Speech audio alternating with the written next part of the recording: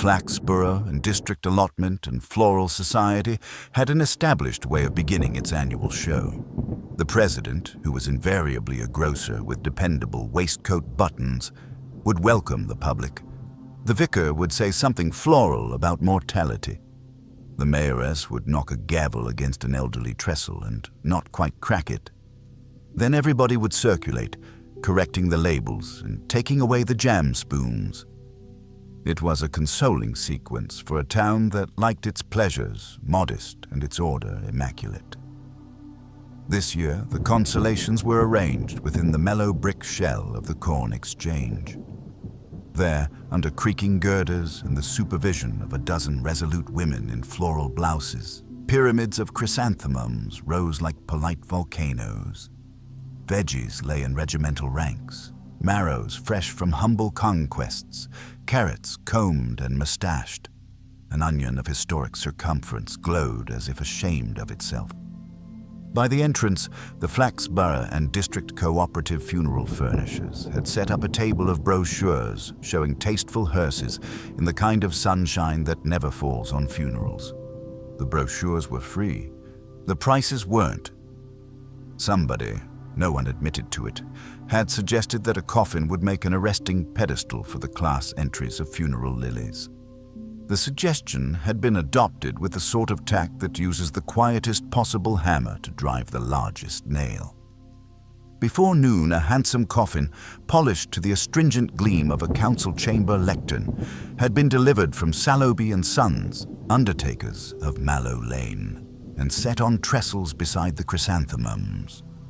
A discreet card attached to the lid read, "Loaned by Sallowby and Sons, do not touch." The admonition, like many moral instructions in the town, merely altered the manner of touching. By 3 o'clock, the Corn Exchange was politely crowded. School children had been counted in and then counted out again as a precaution against their natural curiosity regarding screws. The president had uttered his welcome. "We have vegetables," he declared, not untruthfully. The vicar had conversed with mortality and lilies in a way that led listeners to suppose he found the latter marginally more cheerful. It was not until Mrs. Ethel Britton, who, as chair of tea, took command of both liquids and gossip, had finished seating the visiting mayoress that the coffin's role as decor began to act on the general nerves. A small woman in a coral cardigan approached the trestle with the hesitancy of someone about to apologize to furniture. "I can't help thinking," she murmured to anyone's husband. "It seems, well, empty." "Better than the alternative," the husband replied, showing the intellectual economy with which Flaxborough men habitually met metaphysical questions. At 3:20, Mr. Sallowby himself entered the hall. He was a tall, obliging man whose face, from much professional sympathy, had forgotten entirely how to be surprised. Nevertheless, a withdrawal of color accompanied his first full sight of the coffin. It was the withdrawal you see in a shopkeeper who has just recognized his own price ticket in the wrong shop window. He came forward, crafted an expression of benevolent interest, and inclined his head slightly toward the coffin as a man might acknowledge a relative at a bus stop. "Chairman," he said to the grocer president, "may I inquire who authorized the use of that?" "Splendid to have you here, Sallowby," the president enthused, clapping him on a black sleeve with unfortunate symbolism. "The floral theme, you see, lends dignity." Mr. Sallowby considered the lid. "Indeed," he said, "it also lends me a delicate problem." Mrs. Britton arrived, bringing the mayoress and 2 cups of tea that looked ready to confess to anything. "Problem," she said with robust helpfulness. "We always have a problem. Last year it was a marrow in the ladies' cloakroom." "This year," said Sallowby. And now he was not looking at any of them but at the discreet label on the lid. "This year it appears to be a coffin in the wrong building." "There's a right building for coffins, is there?" the mayoress inquired, making a brave attempt at flippancy and proving why she had never become a comedian. Mr. Sallowby put a forefinger very gently on the lid. He bent low, reading what no one else had. There was a second card tucked beneath the brass handle on the far side. A small thing, the color of innocence and the size of annoyance. He drew it out and read, his mouth set. "I'm extremely sorry," he said, and it was the kind of professional sorrow that tries not to frighten people unnecessarily. "Chairman, ladies, I'm obliged to remove this at once." "You can't, man," said the president briskly, as if refusing a discount. "Judging at 4, funereal lilies. The vicar's done a forward." "The vicar," said Sallowby, with the melancholy firmness of a man correcting a theological error, "has not done a death certificate. This coffin is not a display model." "Well, it's empty," Mrs. Britton ventured. "Everyone can tell by the, She rapped the lid with a spoon. Lightly. The sound was a tidy thock. The mayoress flinched and spilled tea on a pamphlet which congratulated families on choosing tastefully. "Madam," said Sallowby, "it should not be." There was a pause, during which the chrysanthemums appeared to lean in. "I beg your pardon," said the president. "It should not be empty," Sallowby repeated, unfastening the discreet card and folding it into his pocket like an admission. It was due to contain a certain Mr. Bertram Vole, late of Plover Terrace, whose relatives anticipate conveyance to St. Dymphna's tomorrow morning. It left my premises at 1:30 to be delivered to my chapel of rest. It appears to have diverted. Diverted? Mrs. Britton repeated, as if he had said, "Gone to Scarborough." "To the Corn Exchange," said Sallowby, "and to the funeral lilies, which is not the place I generally advise for a Mr. Vole. If you are confident it is empty, Mrs. Britton, then we have two errors, one of venue and one of contents." A hush settled in which even the onions seemed to deflate. "Are we to understand," asked the mayoress, speaking carefully, "that there is, as it were, a body, not in it, which ought to be?" "That would be the simplest arrangement," said Mr. Sallowby. The president's instinct, faced with administrative novelty, was to summon authority of a more general sort. "Where's Fish?" he demanded, naming the sergeant who came to everything partly as constabulary observer and partly because he dated the vicar's sister-in-law. "Someone find Sergeant Fish." But it was not Sergeant Fish who presented himself. The Corn Exchange entrance, whose doors opened inward like a pair of tolerant eyebrows, admitted a man who never looked as if he were arriving anywhere in a hurry, and yet contrived to be on time more often than anyone else. Inspector Purbright was not a frequent visitor to floral festivals. He had been on his way to what the diary described as a liaison with Rhodes, a phrase that always sounded to him like a faintly immoral encounter undertaken in a lay-by. His appearance now was due to a telephone message that had reached the station with the force and precision of a hymn played on a typewriter. "Undertaker reports. Mislaid gentleman stop coffin at flower show. Stop please bring sense." Purbright took off his hat. He always did that upon entering places where tea was being boiled at strategic points. "Good afternoon," he said. "I understand there's been a little confusion of categories." "Inspector," said Sallowby, with the relief of a man who has found a wreath that exactly fits the coffin, "I'm afraid there has been a divergence between object and purpose." Purbright approached the coffin. He regarded it with the gentle inquiry of a man confronted by a parcel without the courage of an address. "You are certain Mr. Vole was placed in this particular one?" "As certain as a man can be," said Sallowby. "The plate," he tapped a small brass rectangle screwed to the lid, "is engraved in his name. It is an unfortunate aid to reputation that cannot at present be matched with the substance." "If it is any comfort," said Purbright, who specialized in comforts that were almost entirely theoretical, "Mr. Vole is not openly to be seen on the premises, which suggests either that he is where he shouldn't be in a concealed fashion, or that he is nowhere at all. The latter would be a more complicated business for me, and for you, Mr. Sallowby." Mrs. Britton, whose mind could not help tidying messes into moral tales, said, "People don't go wandering off at this stage, Inspector." "Not intentionally," Purbright agreed.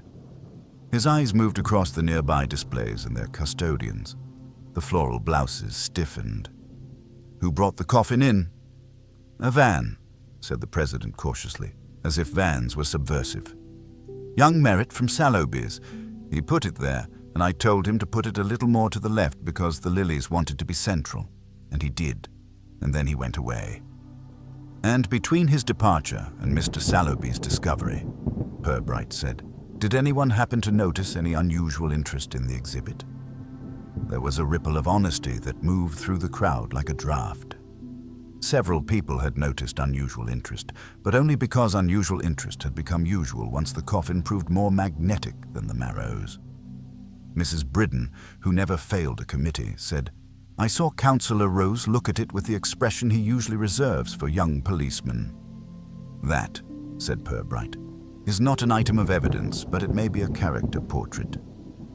The vicar, who had drifted up with an air of wanting to be relevant, murmured, Do you think, indecent to have it here still, Inspector?" "Indecency," Purbright said, "is mostly a matter of intention, and the Corn Exchange is rarely guilty of that. However, Mr. Sallowby may prefer to remove his property, empty as it is reported to be. We will assist him. Meanwhile, I shall ask someone to look for Mr. Vole, who, if he has any say in the matter, would probably like something settled." He spoke to the president in the tone reserved for men who must continue managing a show through the intermittent attendance of calamity. Perhaps a card, exhibit temporarily withdrawn, would serve. People are very tolerant of temporary arrangements when tea is unlimited. The card was drafted at once in the hand of a schoolmistress who lettered like a stonemason. When it was propped in the coffin's place, beside the funeral lilies which had a sudden air of being unemployed, the visitors began to move again, carefully, as if their shoes might squeak a confession. Purbright helped Sallowby's assistant with the trestles, then turned to Mr. Sallowby. "Who had charge of Mr. Vole between 1:30 and 2? He asked in a voice that wandered about like a tourist and photographed everything. "Simeon Merritt collected the coffin from my workshop," Sallowby said. "He was to drive it directly to the chapel. I went across by foot to ensure all was ready. When I returned, I saw Simeon's van standing outside the exchange. I assumed he had stopped for a sandwich. One must not leap to censorious conclusions regarding sandwiches." "No," said Purbright. "Merely inquire whether they were bought or provided. Where is young Merritt now?" "He should be back at my premises," Sallowby said. His face, attentive and trained, allowed itself a flicker of distress. "Inspector, I've never misplaced a gentleman before." "I don't suppose Mr. Vole will complain very strongly," Purbright said, "but I should like to meet Mr. Merritt before anyone else enlightens him. Gossip can be an educational force in Flaxborough, but it does not always seek the same syllabus as the truth." He set his hat properly on his head, glanced once more at the dignified vacancy on the trestles, and walked out with that gentle, unhurried gait which in Flaxborough signified an intention to arrive where one was going with both patience and authority intact. Outside, the afternoon had the slightly tart smell of October, with a hint of coal smoke from the station sidings. A boy on a bicycle, seeing the inspector, attempted a wheelie out of respect and abandoned it out of prudence. In the Corn Exchange behind him, the show resumed its admirable routines. People contemplated Marrows again. The president, who could bear anything so long as there was a procedure for it, began awarding highly commended. The exhibit temporarily withdrawn card stood by the funeral lilies like a confession written in a good hand. It would be discussed later over sandwiches that were bought, not provided. And somewhere between the Corn Exchange and Mallow Lane, between the town's preference for neatness and its accidental genius for muddle, there existed, for the moment, a coffin without a body and a body without a coffin. In Flaxborough, this amounted less to scandal than to an inconvenience with possibilities. Inspector Purbright, who understood the local scale of things, stepped into it as one steps into a shallow stream, aware that it might still be cold and surprisingly deep where it chose. The inspector's journey from the Corn Exchange to Sallowby's establishment was conducted at a pace which no one could have called urgent, though neither could it be accused of dawdling. Purbright's gait was one that seemed to recognize the peculiar truth that most answers in Flaxborough revealed themselves at the same speed, regardless of how quickly you ran toward them. A few townsfolk watched him pass, their nods suggesting both respect and expectation, for in Flaxborough the presence of the police in daylight usually meant either a committee meeting or neighbor's misfortune. Mallow Lane itself was narrow, lined with two-story houses that had the dignity of age and the mild damp of reluctant maintenance. The brass plate of Sallowby and Sons was polished to a funereal gleam, as if permanence could be guaranteed by elbow grease. Purbright paused to remove his hat, and then stepped into the dim reception hall where air and curtains both had the heavy hush of respectability. A young man with restless shoulders appeared from an inner room. This was Simeon Merritt, 22, who had been with the firm just long enough to acquire an air of solemn efficiency, while still maintaining a fondness for cigarettes and an inclination to leave doors half shut. His expression on seeing Purbright was not unlike that of a pupil surprised by the headmaster in the act of taking an especially long detour to class. "Mr. Merritt," Purbright said gently, "you'll excuse the interruption.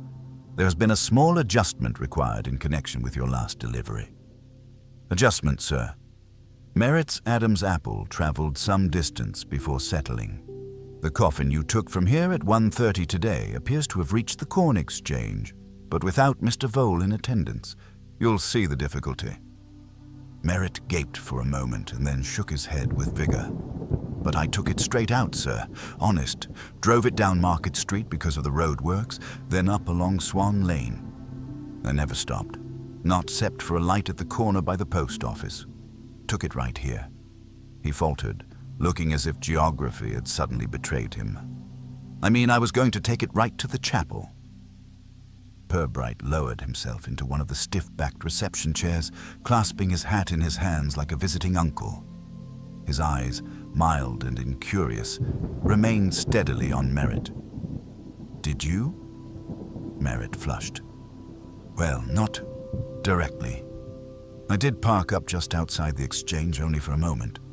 Saw Mr. Brackenridge. You know him, councillor chap. He waved me down, said he wanted a word. He's always poking his nose in, sir, about rates and drainage and the like. I thought it quicker to hear him out than to drive on." "And in that moment," Purbright said softly, "the coffin somehow acquired the role of floral pedestal." "I never," Merritt protested, then stopped. "When I came back to the van, it was gone. The coffin, I mean. I thought someone from the firm had fetched it off me, saving me the trip. Mr. Brackenridge had gone on about 10 minutes and I was running late. I drove back here, and when Mr. Sallowby didn't say anything, I thought it was all right." The inspector nodded as if to acknowledge the neat economy of Merritt's reasoning. "It is convenient, Mr. Merritt, how quickly one's thoughts adjust themselves to what one wishes had happened.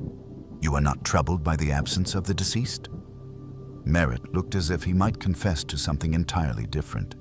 "Well, sir, you don't lift a lid, do you? Not when you're just carting. I thought the gentleman here had sorted him earlier.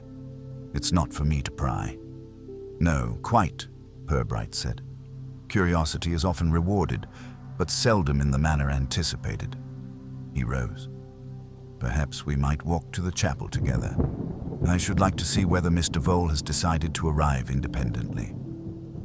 The Chapel of Rest was a modest building, modestly scented of lilies and furniture polish. It offered the reassuringly uniform stillness of a place designed to keep disturbance to a minimum. But of Mr. Vole there was no sign.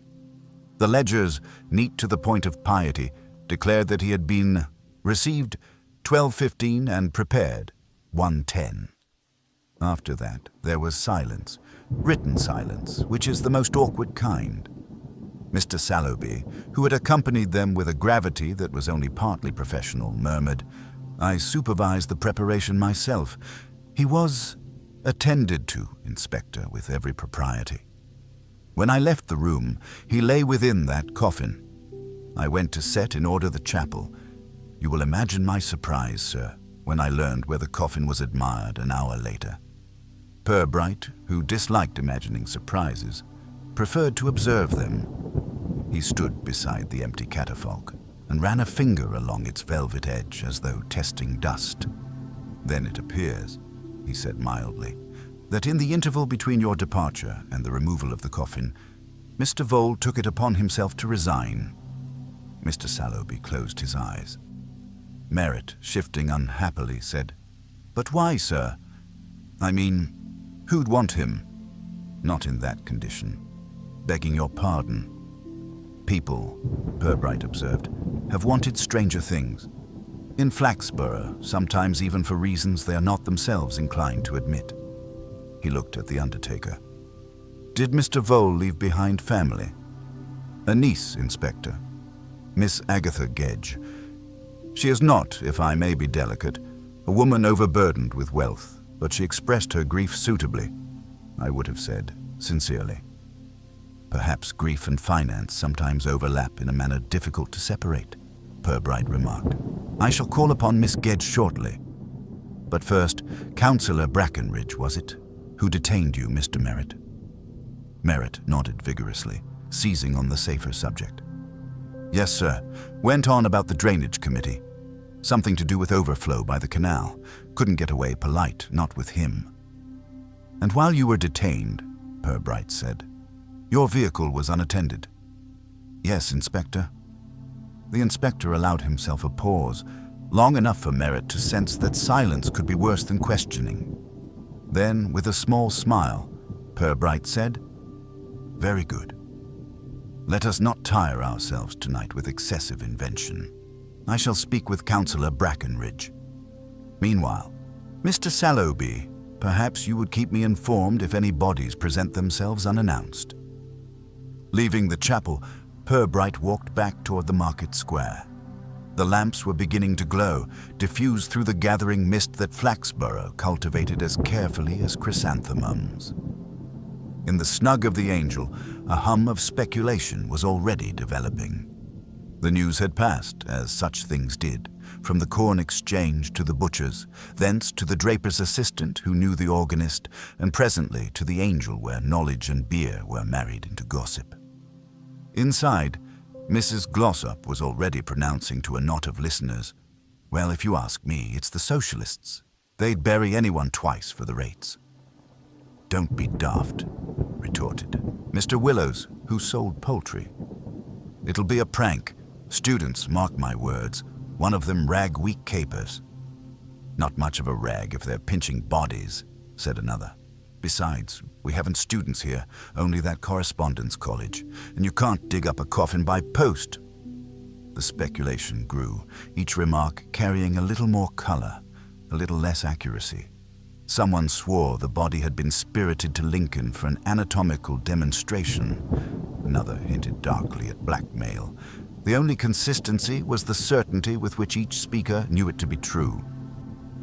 Purbright, pausing on the pavement outside, allowed the murmur to drift out as he lit his pipe. He was not impatient. In Flaxborough, rumor was not merely noise but also sieve, and what slipped through often left something worth noting.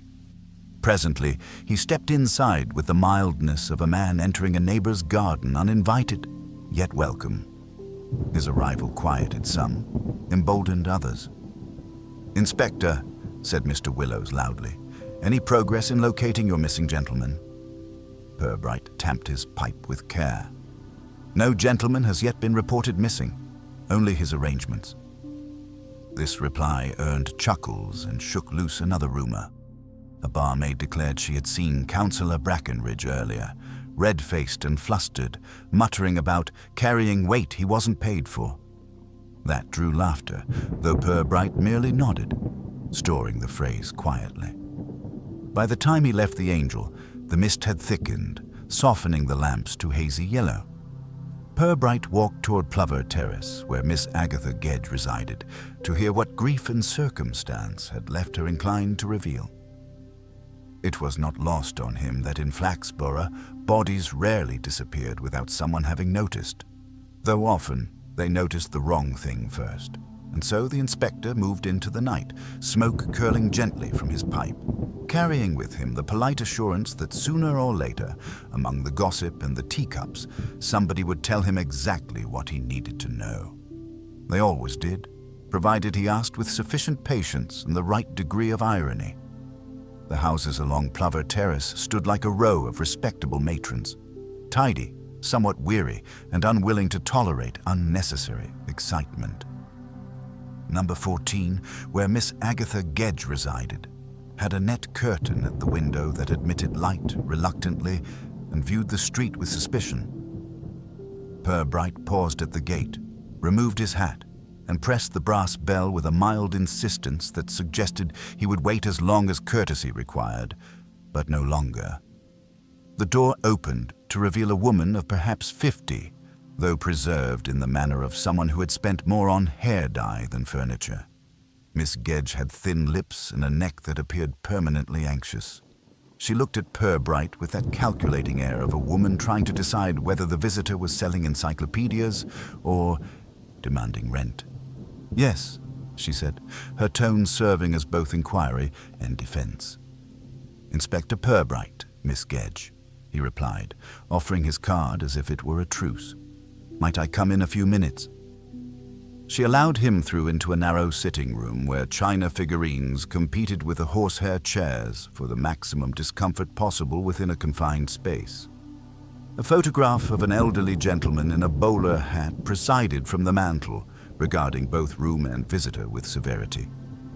Purbright settled into a chair that had evidently not been intended for comfort, but for posture. "I'm calling, Miss Gedge, about your late uncle, Mr. Bertram Vole." Her lips pressed tighter. "He's been seen to. Mr. Sallowby told me everything would be done proper, nothing for me to worry about." "In a sense," Purbright said, "that is true. In another, it is unfortunately not. You see, your uncle has mislaid himself." Her eyes widened, then narrowed again with quick suspicion. "You mean the coffin? They've been talking already. Mrs. Arkwright was at the flower show, said it was put on display like a shop dummy." "That is indeed where it was found," Purbright said mildly, "but not as it should have been. It was found vacant." Miss Gedge gave a strangled laugh. "Vacant? What, you mean they've lost him?" "Temporarily," Purbright said. "No doubt he will turn up. But in order to hasten matters, I must ask whether you or any of your relatives might have felt strongly about his arrangements." She stiffened. "Relatives? There's only me. The rest are dead or distant, and I never meddled. Uncle always said I'd have no call to. He was a private man." "Private, yes," Purbright murmured. "And perhaps, if you will forgive me, rather particular." Miss Gedge colored faintly. "He liked things just so. Didn't like people poking around. Kept his papers locked. If you wanted to know anything, you had to listen when he chose to tell it." "And what?" Purbright asked gently. "Did he choose to tell you?" "Very little," she admitted, fidgeting with a lace antimacassar. "That I'd not be left badly off if I kept myself right. That's all." "Did he ever mention anyone, say an acquaintance, colleague, or perhaps a creditor, who might bear him ill will?" Her glance darted toward the mantel photograph as though it might object. "He had no friends to speak of. Didn't trust folk. Said the less you owed people, the less they could claim from you. If anyone's taken him, it won't be for affection." Purbright regarded her with polite gravity. "It rarely is. Forgive me, Miss Gedge, but may I inquire as to your financial circumstances? Purely in the line of duty, I assure you." She gave a small, brittle laugh. "Duty, yes. Well, Inspector, you'll not find me living in luxury. That much you can see. Uncle paid the rent and gave me a little for housekeeping. Promised me more in his will. If that's what you're hinting, then no, I'd no cause to carry him off." "Carrying," Purbright said, "is one of those things people rarely do without assistance. Thank you, Miss Gedge. Should anything occur to you, anything at all, I would be obliged if you would let me know. Meanwhile, If your uncle does return independently, perhaps you might telephone." He rose, bowed slightly, and withdrew, leaving behind the faint impression of a man who had said nothing while asking quite a lot. Outside in the mist, he paused at the gate and looked back. Miss Gedge's figure was visible at the window, framed by the net curtain, her expression sharp with curiosity and something more complicated. He resumed his walk, pipe in hand, his thoughts as unhurried as his step. By the time he reached the station, Sergeant Love had returned from an afternoon of directing traffic in what he described as chaos without incident. Love was a thick-set man whose cheerfulness was his best disguise. He greeted Purbright with enthusiasm. "Heard about the coffin, sir? Half the town's got it buried again already." "Yes," Purbright said. "Rumor enters things with surprising speed. But our Mr. Vole is still at liberty. I think we should invite Councillor Brackenridge for a little conversation. He appears to have detained young Merritt at a useful moment." Love chuckled. "Brackenridge. He'll talk till we expire, sir." "Then we must ensure," Purbright replied, "that he does so in the right direction." An hour later, Councillor Horace Brackenridge was shown into the inspector's office, puffed up like a man who regards summons as flattery. He was a stout fellow with a voice trained for public protest and a complexion polished by committee rooms. "Evening, Inspector," he boomed. "I dare say you want to ask about that van in Market Street. I've already told 3 people, but repetition is no burden to truth." Purbright inclined his head. "Indeed, Councillor. It appears Mr. Merritt was detained by you at some length." "Length?" Brackenridge puffed. "Only a quarter hour. Important matters. That drainage culvert's a menace to public health. I was merely explaining the necessity of allocating funds." "And while you explained," Purbright interrupted gently, "was the van left unattended?" "Well, of course it was unattended. What was I to do? Insist the lad stay inside it like a dog in a kennel? No, Inspector, I trust people. That's my principle." "Very generous," Purbright murmured. "Did you notice anyone approach the vehicle during your conversation?" Brackenridge stroked his jowls. "Come to think, yes, there was a chap loitering. Thin fellow, dark coat, stood by the van a moment as if measuring it. I assumed he was admiring the make. Not much else to admire in Flaxborough vans, eh?" "Did he open it?" Brackenridge frowned. "Couldn't swear. My back was turned part of the time. Merritt was looking distracted, I'll say that. Seemed nervous. But young men often do, confronted with civic duty." Purbright's expression remained mild. "This thin fellow, someone you recognized?" Brackenridge shook his head. "Stranger to me. Might have been from out of town, had that look. The sort that doesn't vote locally." "Thank you, Councillor. You've been most thorough. If you recall any detail, height, accent, manner of shoes, do let us know." Brackenridge departed with the air of a man who had delivered evidence in triplicate. Love, suppressing a grin, said, "So now we've a mystery man. Thin, dark coat, admires vans." "Yes," Purbright said, tamping his pipe. "Flaxborough does attract observers, though usually of marrows, not coffins." As evening deepened, the inspector considered the pieces before him: an undertaker who had never lost a gentleman before, an assistant who stopped for civic chatter, a councillor with more words than memory, a niece with sharper interest in money than mourning, and somewhere, unaccompanied but not forgotten, a body that ought not to be wandering. He leaned back in his chair and allowed himself the faintest smile. Somewhere within these accounts, between sandwiches, gossip, and drainage committees, there was a truth waiting to emerge. It always did, provided one was patient enough to let the town talk itself into honesty. And so the investigation moved forward, not with sudden leaps, but with the slow, deliberate pace of Flaxborough itself.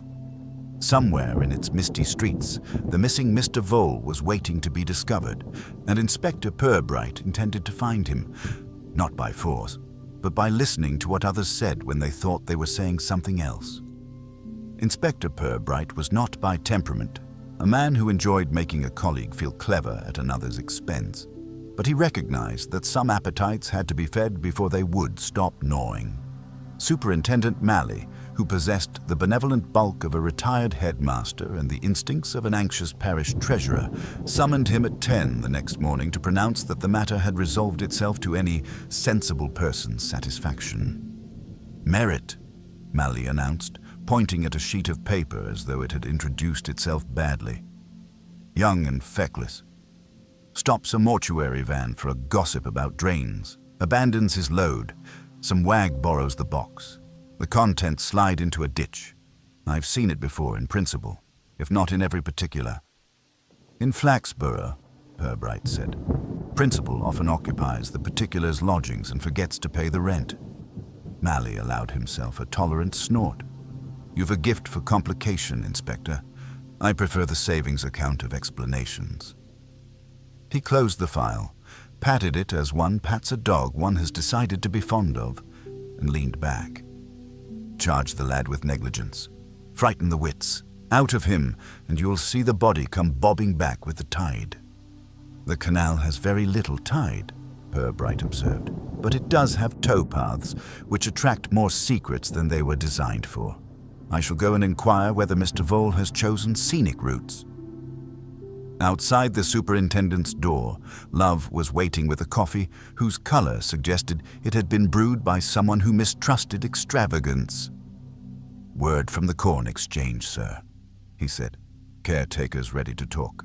He says he saw something odd about the trestles." "Trestles are at the heart of many English mysteries," Purbright said. "They are the only furniture with a criminal record." He took his hat and let the morning deliver him back to the Corn Exchange, where the sweetly exhausted scent of yesterday's chrysanthemums still lingered under a tang of damp stone and civic polish. Mr. Allbones, the caretaker, was a wiry man whose hair, like his conscience, had been brushed in only one direction for many years.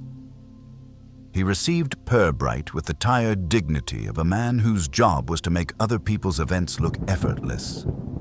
"Inspector," he said, "you'll have no idea the bother those lilies made. Not the flowers, the people. Everyone wants central. We've only the one center. I told the committee years ago we should order another." "You observed the coffin yesterday, Mr. Allbones?" Purbright asked. "I did more than observe it. I steadied it while a pair of chaps settled it. Only for a minute. It's no light matter, even when it's, decorative. Funny thing, though." He led Purbright to the empty space by the still embarrassed lilies and gestured down. "Look at the boards. You see these marks? Toward the left. That's where the trestles went first. Then they shifted them 2 feet to the right, scratched them in the doing. Now, if you'd asked me what sort of person shifts trestles after an undertaker has set them, I'd have said someone who doesn't know undertakers. They like their lines true." "The trestles were moved by amateurs," Purbright murmured. "Did you notice who?" Allbones hesitated, rummaging in yesterday's pockets of memory. "One had an apron on, florist's sort, green with petals stitched. The other wore a dark coat and looked like someone who didn't want to be asked to lift twice. Thinner chap. Moved like he'd rather not be noticed, which of course made him more so." "Green apron," Purbright repeated. "We have several floral persons in town who take an apron as a vestment." He looked along the rows of tables. "Who supervised the lilies display, Mr. Allbones?" "Mrs. Clegg for the class, and that Quarmby woman who does the window at the Emporium, artsy with twigs. She told me the coffin was context," he added, with the stoicism of a man who had been told worse. "Said it set the lilies in conversation. I said it set the ladies. Whispering?" "Hester Quarmby," Purbright said. He had seen her once, arranging a spray in the shape of a saxophone for a jazzman whose widow had wanted something less parish magazine. Miss Quarmby's shop made the bolder windows in Flaxborough, sprays that leaned and pouted and drew breath like stage actresses. "And Mrs. Clegg?" "More temper than twigs," Allbones said judiciously. She and Miss Quarmby don't get on. Mrs. Clegg says Hester's modern. Hester says Mrs. Clegg's municipal. Between them, they could stage a war over a ribbon. And yet they agreed on a coffin. They would agree on a gallows if each could choose the rope, Allbones said, and looked faintly pleased with the line. Back outside, the morning had brightened into a pale sun that revealed rather than warmed. Purbright walked the few yards to the emporium, whose windows currently offered a headdress of ivy behaving like a crown and a spray that had ambitions toward architecture. Inside, among the lilies and expensive muteness, Miss Quarmby stood in her green apron, short dark hair clipped to a kind of competence, her mouth vermilion in a way that suggested she'd negotiated with the mirror. "Inspector," she said without surprise, "if you've come to ask whether I stole a gentleman, I shall disappoint you. I haven't the upper body strength." "I should not accuse you of neglecting your exercises," Purbright said mildly. "You were at the exchange yesterday. You saw the coffin installed. Twice, if Mr. Allbones' boards are to be believed." Her eyes brightened. "I told Mrs. Clegg it would be better 2 feet right. The lilies wanted breathing space. She wanted symmetry, the old tyrant. We compromised in the usual way. I did what I thought proper when her back was turned." "And the gentleman who moved it?" "A porter from the exchange and a man who smelt of carbolic and nicotine. The latter wore a dark coat and a look that said the day had not gone as he'd planned. Thin chap. Didn't thank me. You can tell a lot about a person by whether they thank you when they're annoyed." "Did you see him again?" "This is Flaxborough, Inspector. We see everyone again." He passed later with a parcel under his arm. It was wrapped in brown paper with string tied in an undertaker's knot. Not many people tie those unless they've once done it for a living. The parcel was coffin-sized? She laughed properly, which softened her mouth and made her more likely to have friends. "Number about so long." She measured with brisk hands, perhaps 2 feet. "Weighty mind." He held it as if it might protest. "Thank you, Miss Quarmby. Between you and Mrs. Clegg, you may yet arrange the town." "Arrange, yes," she said, "but never tidy. That would be dull." Across the square, at Mrs. Clegg's Florals, established long before floristry had turned into design, the counter displayed neat pyramids of carnations, and a notice explaining in helpful italics that lilies stained and were therefore a moral hazard. Mrs. Clegg herself loomed from the back with the authority of a subcommittee. She had a bosom like a lectern and a mouth shaped for minutes. "I'm glad you've come, Inspector," she began before he had introduced himself. "I wish to put on record that I opposed the use of that object from the first. Flowers should not be turned to fashionable vulgarity. There were murmurs. Our president is easily led. Sallowby's people are usually impeccable, but the new lad is not. And as for that Quarmby girl, Miss Quarmby has already given me her view," Purbright said gently. "She would. Her views come with ribbons." Mrs. Clegg drew herself up. "If a body is astray, it is because people with no respect for order have been allowed to promote whim over rule. The exchange is not a theater." "On the contrary," Purbright said, "it appears to have hosted a small drama. Did you see a thin man in a dark coat assisting with the trestles?" "I saw dozens of thin men in dark coats," Mrs. Clegg said with grim relish. "They appear in droves the moment there is anything that looks like work and then melt away in the presence of responsibility. Do you wish me to identify him?" "I can say only that he carried himself oddly, like a person unaccustomed to being looked at." "Many of us in Flaxborough aspire to that condition," Purbright observed. He thanked her and purchased, for decency, a modest sheaf of something white that would not stain. Back on the pavement, he considered what he had gained: a thin man with a parcel and a carbolic odor, a pair of trestles moved by someone impatient with symmetry, and, most interestingly, now that he allowed it to tug at his sleeve, the coffin's nameplate, which he had examined that morning when Allbones unlocked the cupboard where misfortunes were stored. It had seemed right enough. Vole, Bertram, in clear engraving that asserted respectability. But there were 2 new scratches across the lower right screw, and the slot in the brass showed a slight burr, as if a screwdriver had slipped there in untrained hands.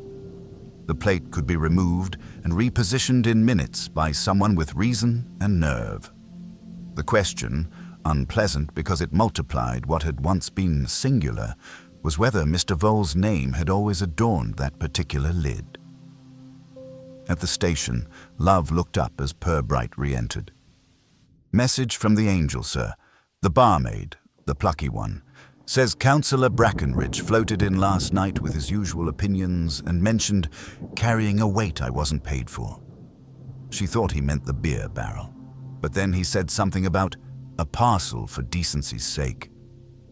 Brackenridge has a complicated relationship with decency," Purbright said.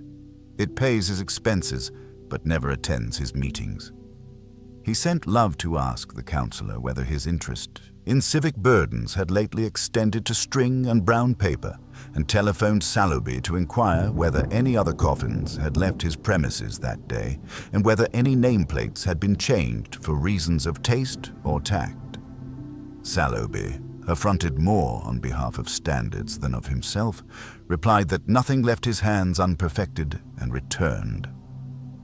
Mr. Vole's arrangements were fixed. If a plate has been tampered with, it was not done in any room with my name attached to the wall? "Thank you," Purbright said. "Do you retain, out of sentiment or thrift, old plates?" "In a box," Sallowby said. His voice softened.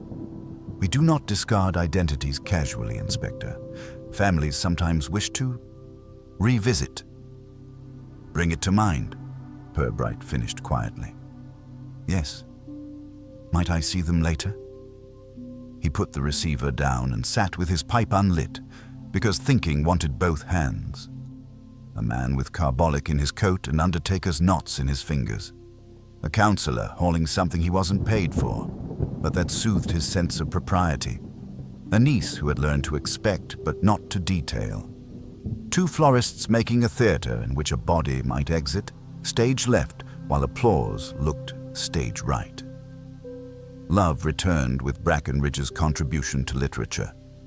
"He says," Love reported, half amused, half aggrieved, he carried a bundle from the exchange to the back lane because it offended feminine sensibilities.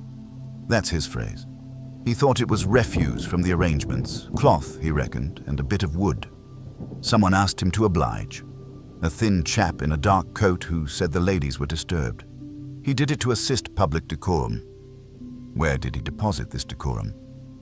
In the waste yard by the exchange, among the broken trestles and old banners. The council cart comes Thursdays. "Today is Wednesday," Purbright said, rising with the expression of a man who had just been told a church clock was 5 minutes fast. "Let us go and see whether we can rescue any portion of feminine sensibility before it is crushed with the banners." The exchange's waste yard presented the melancholy of civic leftovers, sagging posters for events no one had attended, a heap of bent metal that might once have supported culture, and an odor that suggested something had been politely forgotten for too long. In the corner lay several lengths of cloth, brown paper twisted into scepters, and a scrap of padded material with stitching that had once been concealed from the gaze of the living. Love, whose hands were built to move awkward shapes, lifted the cloth. It was the sort of lining one would not meet outside a particular trade. "Coffin interior," he said, more gently than he would have spoken of a chair. "New.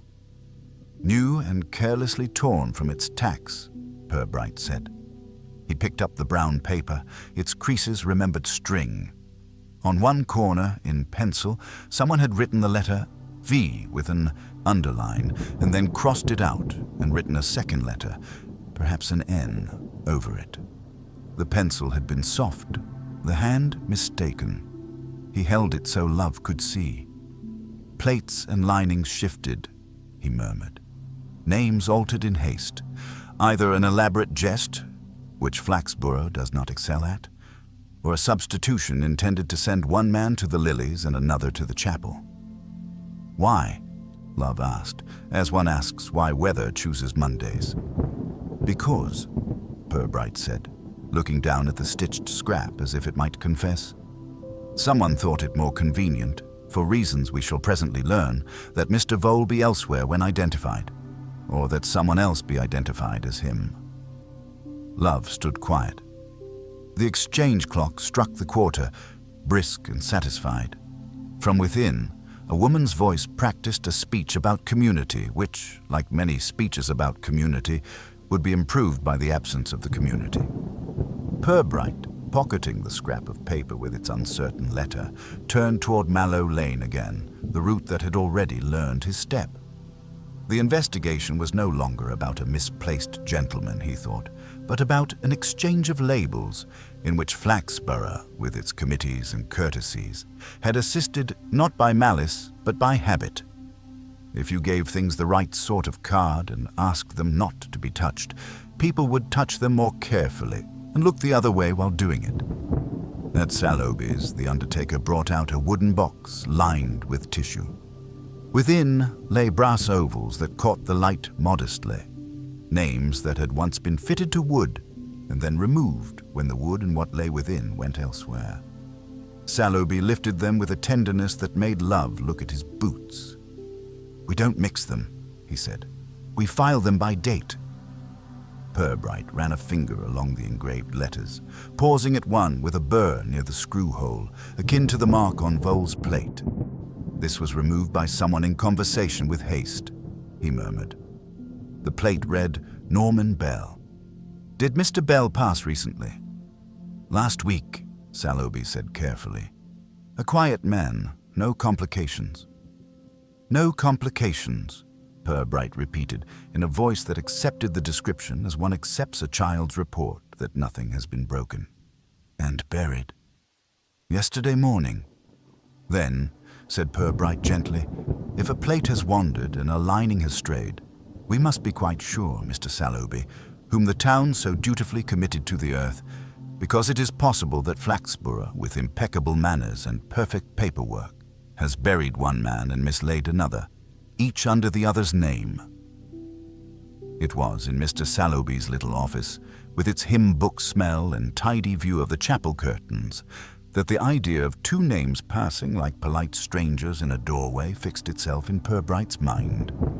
He did not declare it, because declarations at that stage turn into banners. Some fool insists on marching under.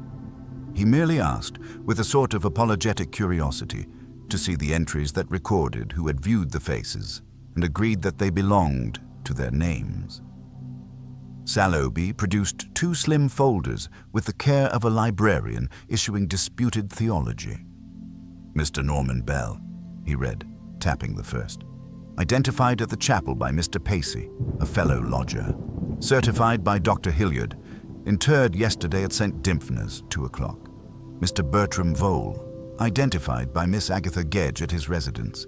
Certified likewise by Dr. Hilliard. Due for interment tomorrow." He closed the folders, frowning at the breach of symmetry. "Due, that is, if we locate him again." "Mr. Pacey?" Purbright repeated. "A lodger's recognition is an honest sort. It contains both good intentions and inadequacy. Did Mr. Bell have family?" "A widow," said Sallowby, his voice respectful with the neutrality undertakers adopt between the merely bereaved and the complicated. "Not young. Not sentimental. Practical in the manner of women who have had to learn to be. An education forced upon many," Purbright said. "Her address?" Love drove, which made progress more definite if less scenic. On the way, the inspector stopped at the surgery of Dr. Hilliard, who was the kind of physician whose mustache had long ago concluded the debate about his opinions and whose small, clear eyes suggested he would take a firm view of death if it tried liberties. Hilliard came to the door in his shirt sleeves, drying his hands with a briskness that implied he considered dampness a personal affront. "I remember both men," he said, having listened without encouragement and with no interruption. "Bell, bronchial ruin and a tired heart. Died in lodgings, among clothes that smelt of paraffin and defeat. Vole, heart likewise. but neater in his habits and more disapproving in expression, which, I might add, tends to endure beyond its usefulness.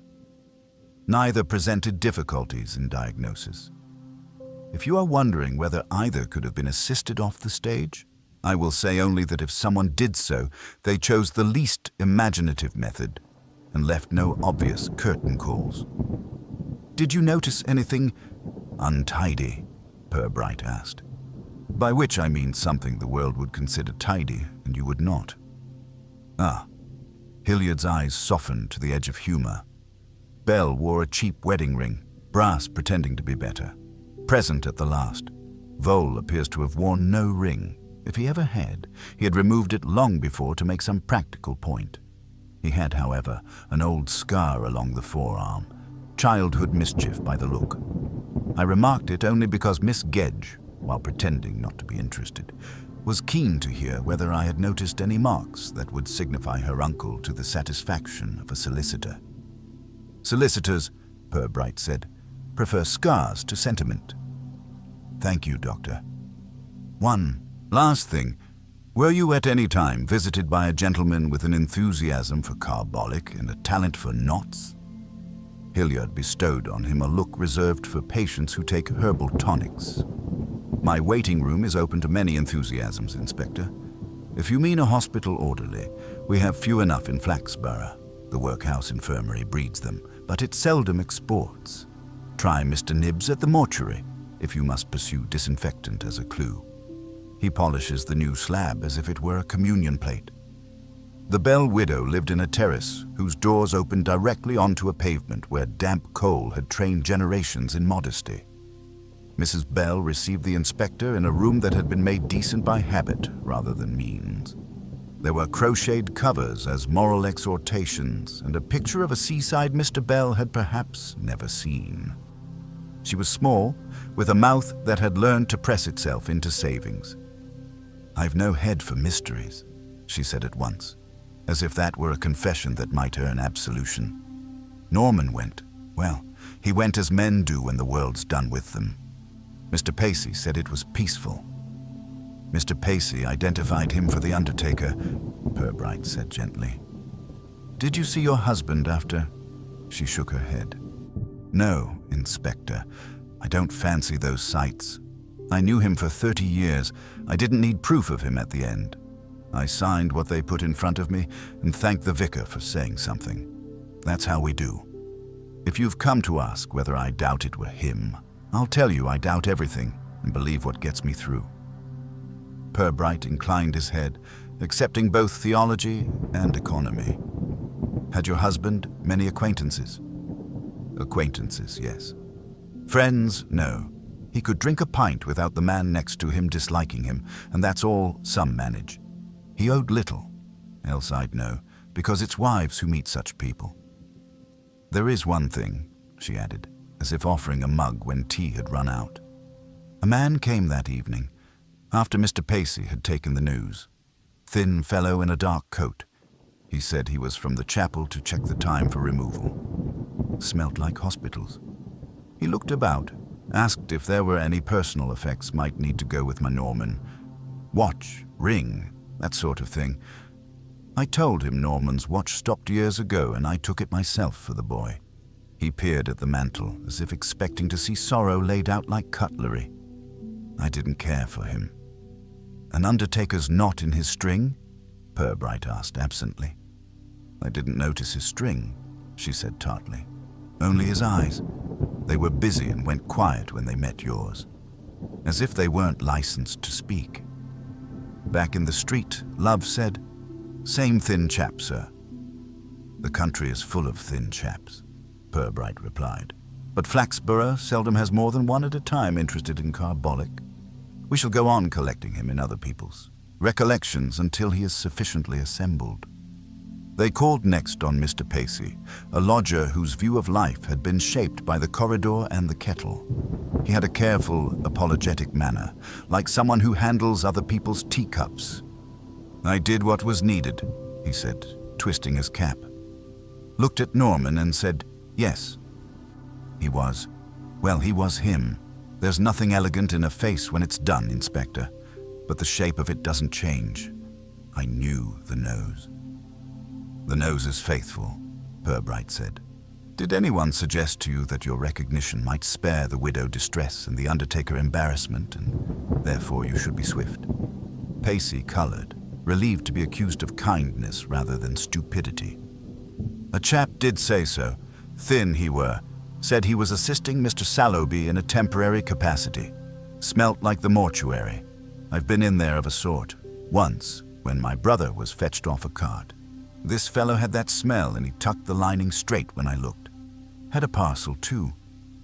Brown paper and string. Love put in to get his keep. Just so, Pacey said, pleased to be helpful. Set it down on the kneeler like a prayer book. Purbright left him with thanks and the mild assurance that no one was in trouble who had not sought to be. On the pavement, he stopped long enough to let the wind put a thought straight in his mind. If a man wanted to exchange identities, or less romantically, to persuade a town that X had died when Y had, and vice versa, he would need access not to the dead, particularly, but to their labels, the plates, the linings, the choreography. He would need only a moment with a coffin and a room where grief deferred to professionals. And he would require either a motive connected with money or one connected with guilt. Back to Miss Gedge, Love asked, who liked motives to have a front door. In due course, said Purbright. First, the cemetery. St. Dymphna's was a brisk church with a churchyard that tried to be orderly and succeeded whenever Winter was not paying attention. The sexton, Mr. Tyso, had the complexion of a man whom weather has apprenticed and never certified. He led them along gravel to a rectangle of newly turned earth that had not yet sunk into full acceptance. Bell, he said, tapping his boot on the turf list. 2 o'clock yesterday. Neat service. Widow present, vicar brief and sensible.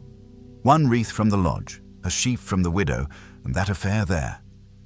He pointed to a tidy, pale bundle propped against the temporary marker. It was lilies, arranged with more taste than means, and a card in a careful hand. Farewell, Bertram. Love looked at Purbright. Purbright looked at the card as if examining handwriting for temperament. The lilies had been fixed with a pin, more usual to haberdashery than graves.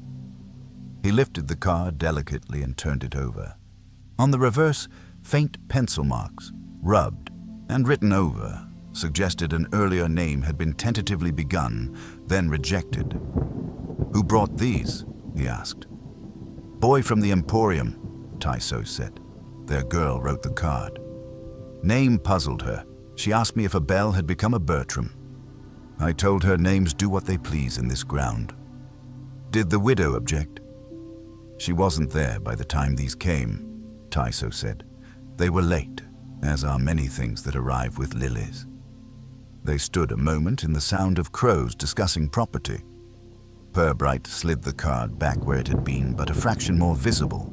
As one straightens a crooked picture, he has decided to leave crooked for someone else to notice. It was not proof.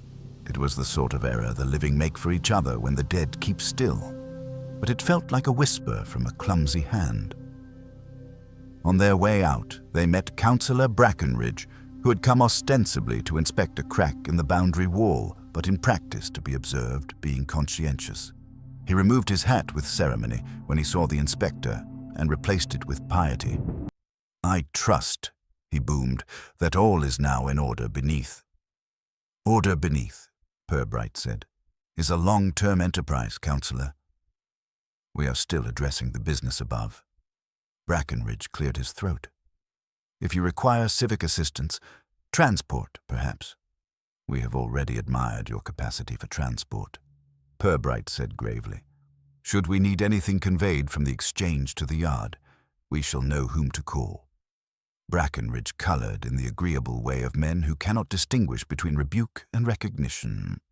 He went on to measure the crack with a ruler whose presence had been the result of a committee. Back at the station, a message awaited in a hand that had learned penmanship for certificates. It was from the pawnbroker, Mr. Troke, who supplied information to the police with the professional discretion of a man who trades in confidences as readily as in clocks. If the matter of Mr. Vole interests you, it read, you may wish to be aware that a lady, name withheld, but not new to you, brought in last evening a gentleman's signet ring, old, with the initials B.V. under a flourish. She declined to pledge when offered a modest sum, said she would see how things stood tomorrow. I mention this only because where rings go, stories follow. Purbright read it twice, as one reads an advertisement for something one does not immediately need but suspects he will. He put the note down and regarded Love. Miss Gedge, he said quietly. Love's eyebrows rose in a way that expressed both sympathy and professional appetite. She'll say it was housekeeping. She will say what propriety requires, Purbright replied.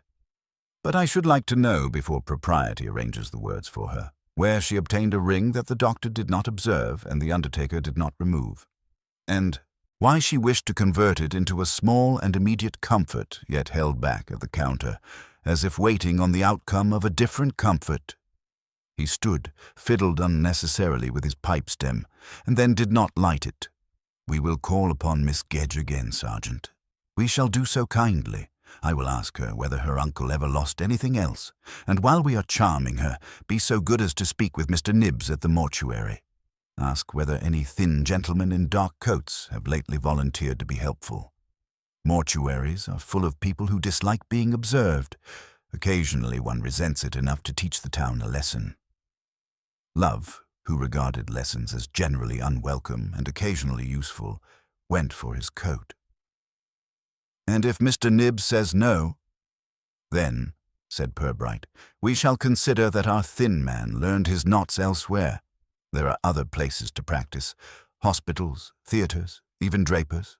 Carbolic is not the only smell a conscience may wear.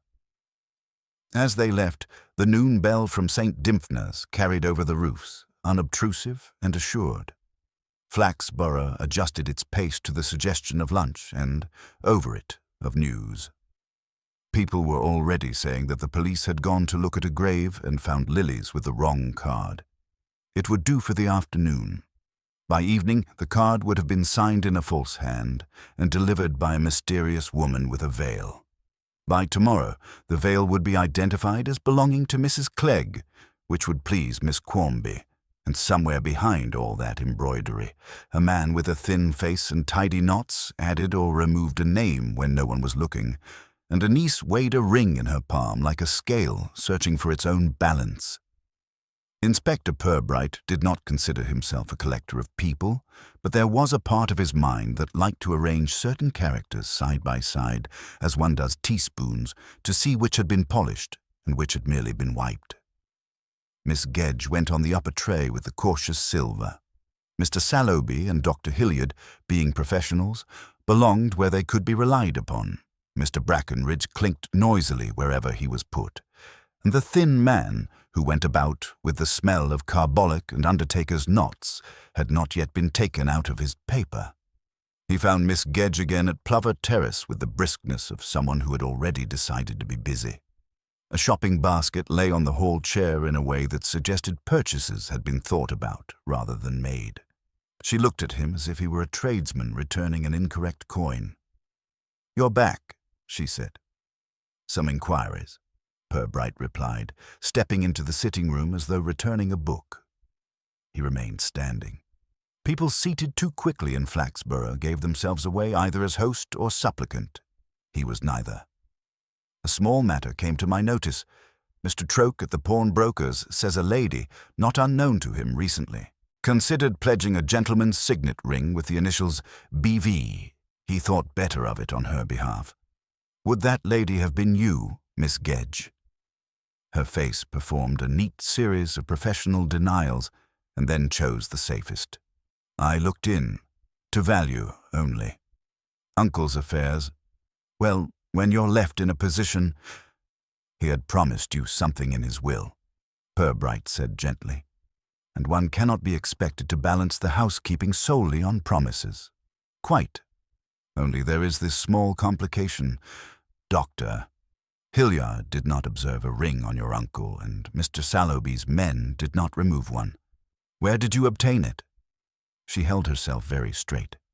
It was in the drawer of his dressing table. I was putting things in order. He told me long ago that he'd stopped wearing it because people think signets proud. I thought, if you must know, that it might fetch a little if there were delays. Troke's price was an impertinence.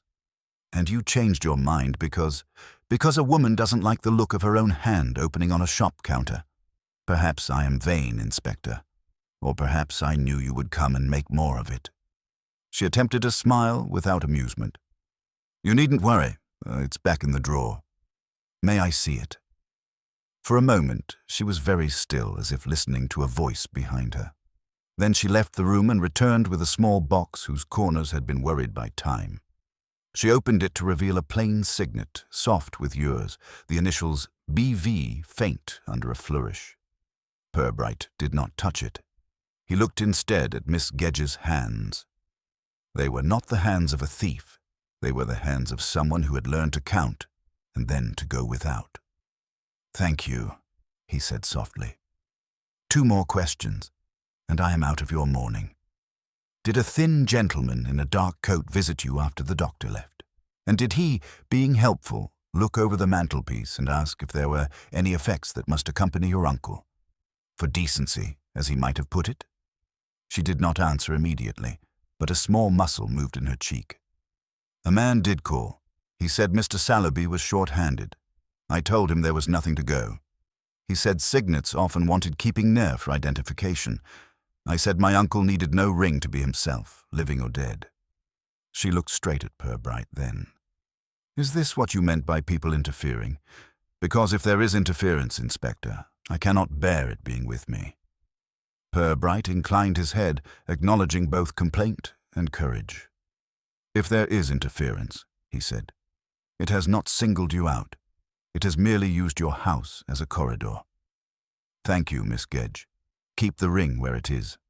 You may be asked to show it to someone less polite than I.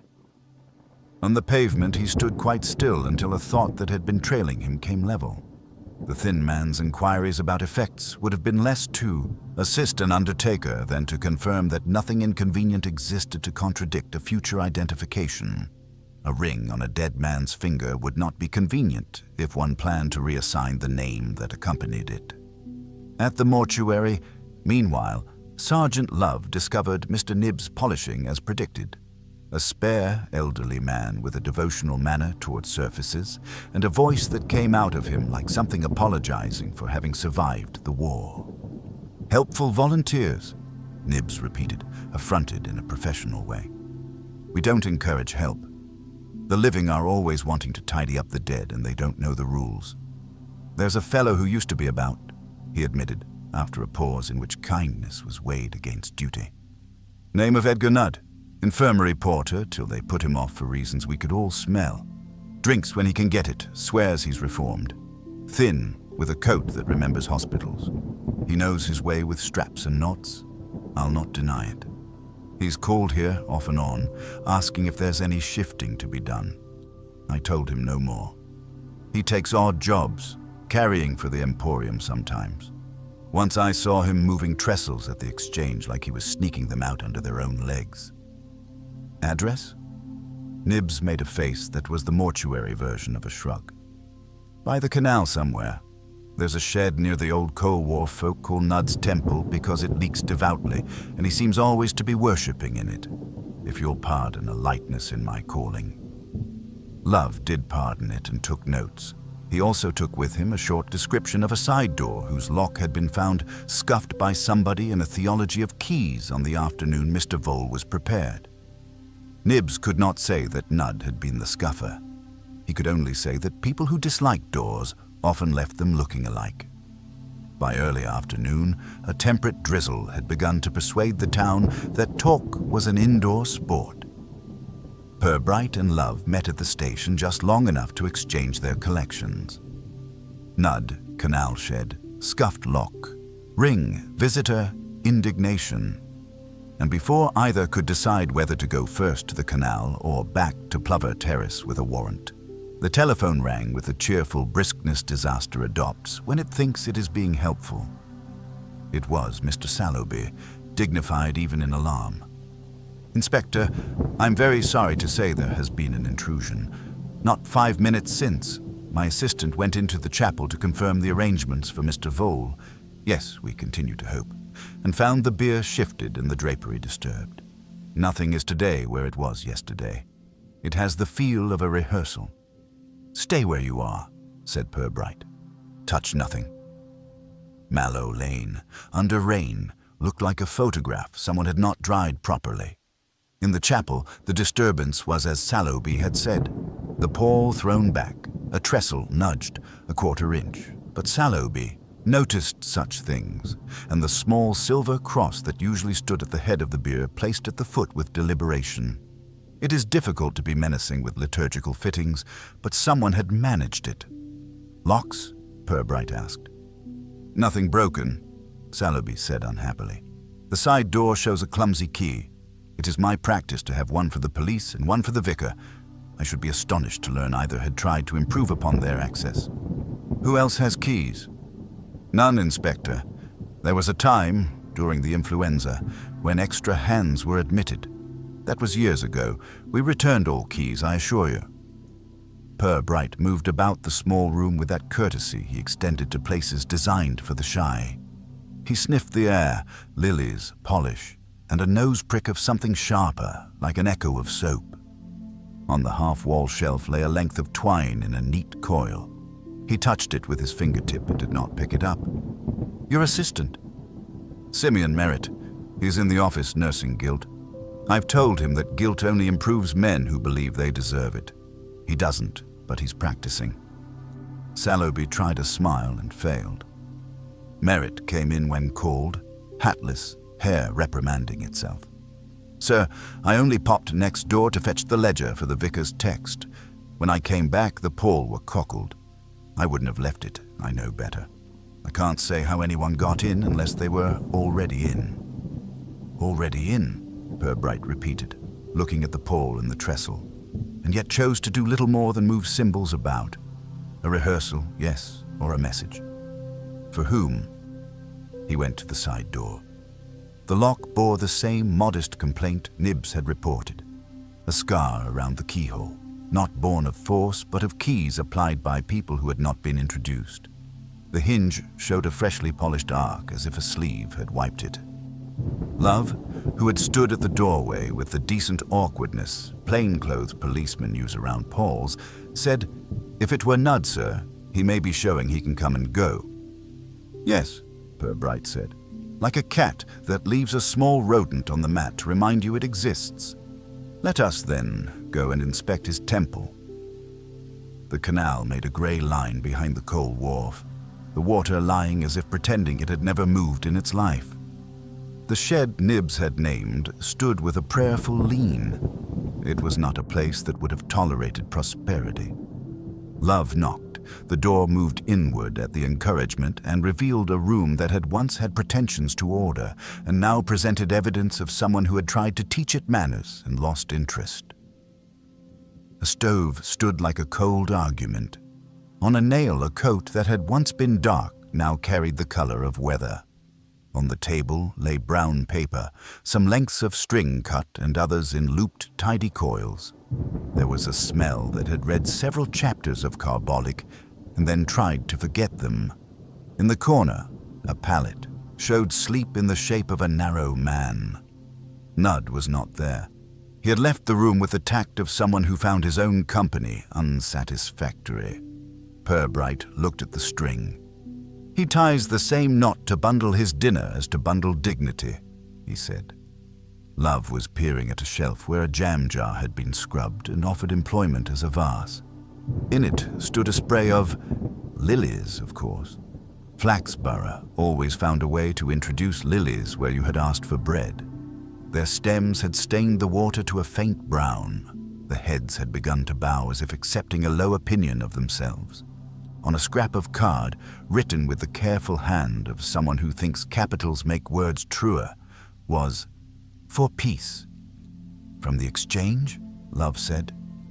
"Or the churchyard," Purbright replied, "but placed here to improve the look of the life." People who aspire to respectability sometimes borrow its ornaments when the substance isn't to hand.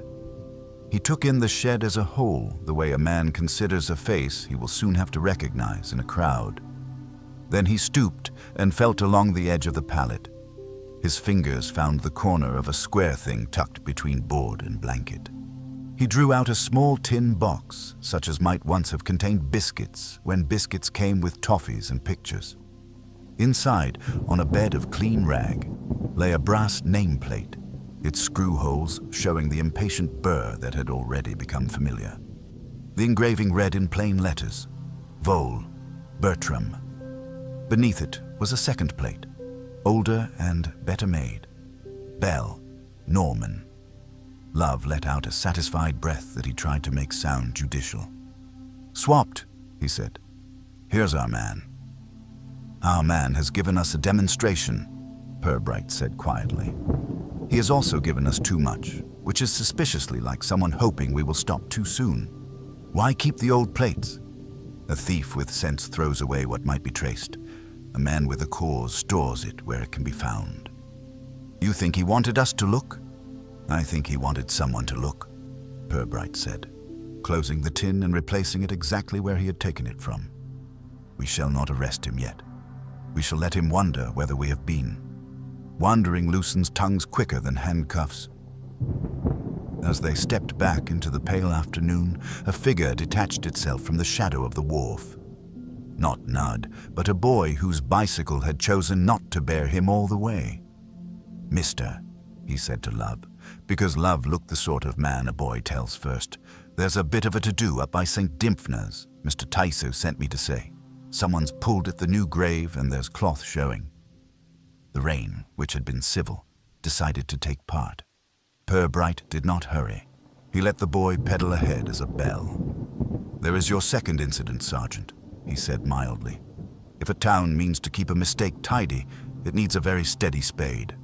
Ours, I fancy, has wobbled." St. Dimphna's had a way of looking as if it were minding its own business while witnessing everyone else's.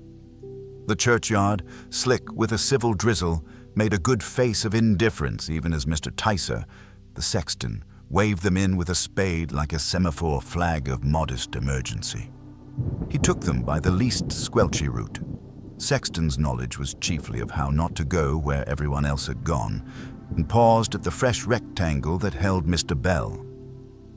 The mound showed a shallow sag along one side, as of someone who had leaned on uncertainty too long, and at the sink of the turf a strip of pale fabric peered out, unapologetically domestic against the respectable earth. "Found it so when I did my noon look," Tyso said, spade tucked as a gentleman might tuck an umbrella. "And there," he pointed to the temporary marker, "is a screw that hadn't the same paint before breakfast as it's got now." Love crouched, a large man miraculously considerate with new ground, and peered at the screw's slot. It bore the bright, recent kiss of a screwdriver that had been introduced without ceremony. "Someone's been at the lid," he said softly, as one does in a church, even when one is outside it. "I shooed 2 away an hour since," Tyso added, with the steady resentment of a man whose role did not ordinarily include chasing. One thin, in a coat that had weather written all over it. The other a woman in a short jacket and a very brisk voice. They were doing that business where people pretend not to be doing what they obviously are, which around here is usually courtship. In this case, it were worse. She had a shopping basket. Always a bad sign. People think anything can be made respectable if put in a basket. Purbright examined the exposed ribbon of cloth without touching it. It had the plush, lightly padded look of coffin lining, its tack holes puckered where it had been pulled free, and then remembered its manners. He looked up at Tyso. "Did you see whether they got the lid open?" "Couldn't swear," Tyso said. "It looked as if they'd loosened enough to peep. I coughed. Not that I meant to. Bad timing. They scarpered without tidying, which is how you know they weren't from the church council." "Could you describe the woman?" "Average, but the kind of average that thinks well of itself. Heels, the practical sort. Spoke as if giving orders to an argument. No hat. Hair the color women call brown until they've had an hour in a salon. She pushed the thin one about with her eyes. Love had moved a little way off and now beckoned them to a patch of grass where the drizzle hadn't yet made a socialist out of footprints. "Small heel," he said, pointing at the tidy crescents angling away. "And a man's step that doesn't commit. The cart tracks too churn to read." Purbright stood back a pace, as if to see the whole arrangement in a larger frame. He never minded a little theater when it was other people's. "Mr. Tyso, I should like to look," he said. "Not to disturb, but to satisfy an awkward conscience that prefers to be precise. Would you fetch the vicar? And we'll ask Dr. Hilliard for a moment's eye. We will do it properly and only so far as we must."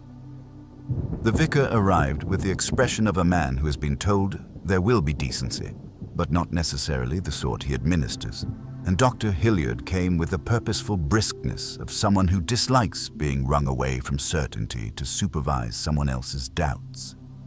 Between them, with Tyso's quiet competence, they raised the turf edge, found the screws already loosened along the near side, and lifted the lid no more than a few inches. Just enough for Hilliard to look and for Purbright to stand slightly behind him, as though remembering that even the inspectorate has its place in a queue. "Hand," Hilliard murmured, after a time that felt longer because it was short. "Left. No ring." His tone did not rise on the last word. It laid the word down like a fact on a tray. "Roll the cloth. Yes, there. Forearm. Scar along the ulna. Old, transverse from a childhood fall, by the look." The vicar shut his eyes and made the sort of prayer in which words are less important than orderly breathing. "Thank you," Purbright said, equally quietly.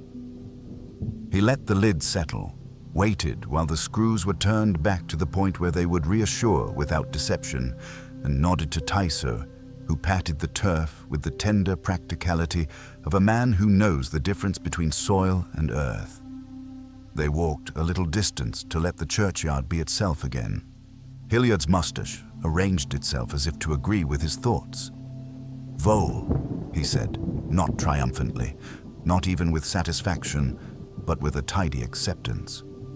"Your man Vole is in this ground. Bell is not." "It appears," Purbright said, "that Flaxborough's habit of calling things by their familiar names can be relied on, but not always in the right order." He looked past the stones, across the hedges, toward the small veiled bustle of the town. "My thanks, Doctor. We shall trouble you again before the day ends, I fear." Hilliard inclined his head. "If Norman Bell is at large, he cannot be more at large than the living ever are. But it would tidy matters if we could identify him somewhere he can be asked to explain himself." The vicar, relieved to be back among matters that belonged in his diary, offered the use of the vestry for as many civilities as might be needed. Purbright thanked him and asked Tyso to watch the ground with the jealous discretion he used for his wheelbarrow.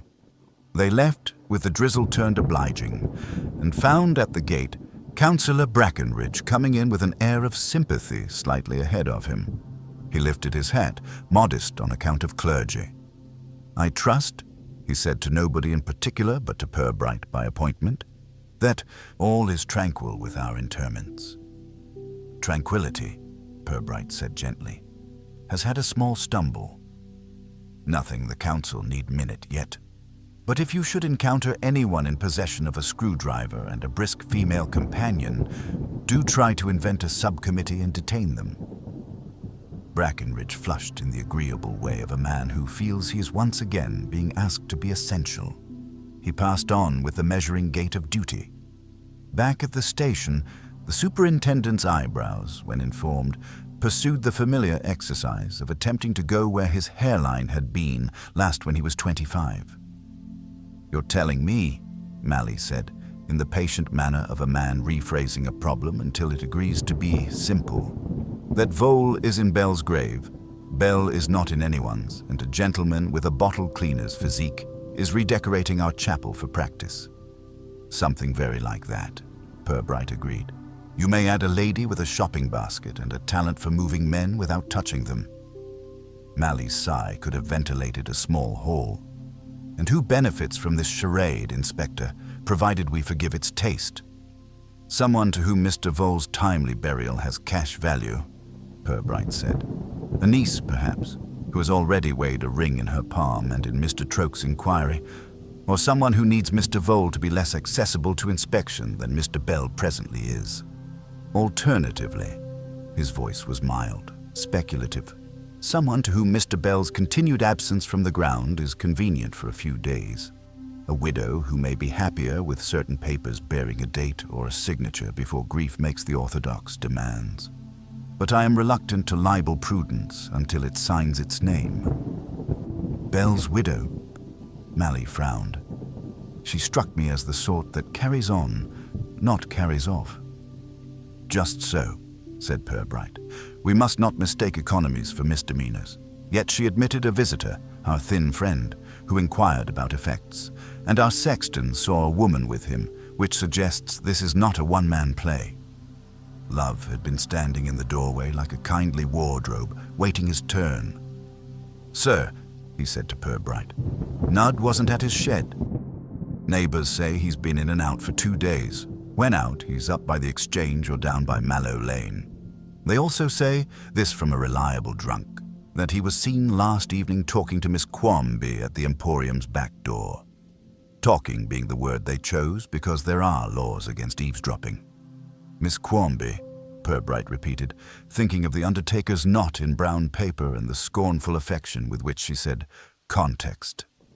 She has a taste for arrangement. She might admire a man who could move heavy things on a phrase. You'd not put her to grave opening, Love ventured. I'd not put her to anything she could hire, Purbright said. But she might put a word in the ear of someone who owed her or who sought to impress. It is interesting, too, that lilies wander wherever she goes. I dare say if we traced those brought to Bell's grave, the card would smell faintly of her ribbon box. He did not at once send Love hurrying there. Haste was admired by the young and resented by the truth. Instead, he walked the short distance to the Angel and let the barmaid have the small triumph of being addressed first on a day when half the town had developed expert knowledge of funerals.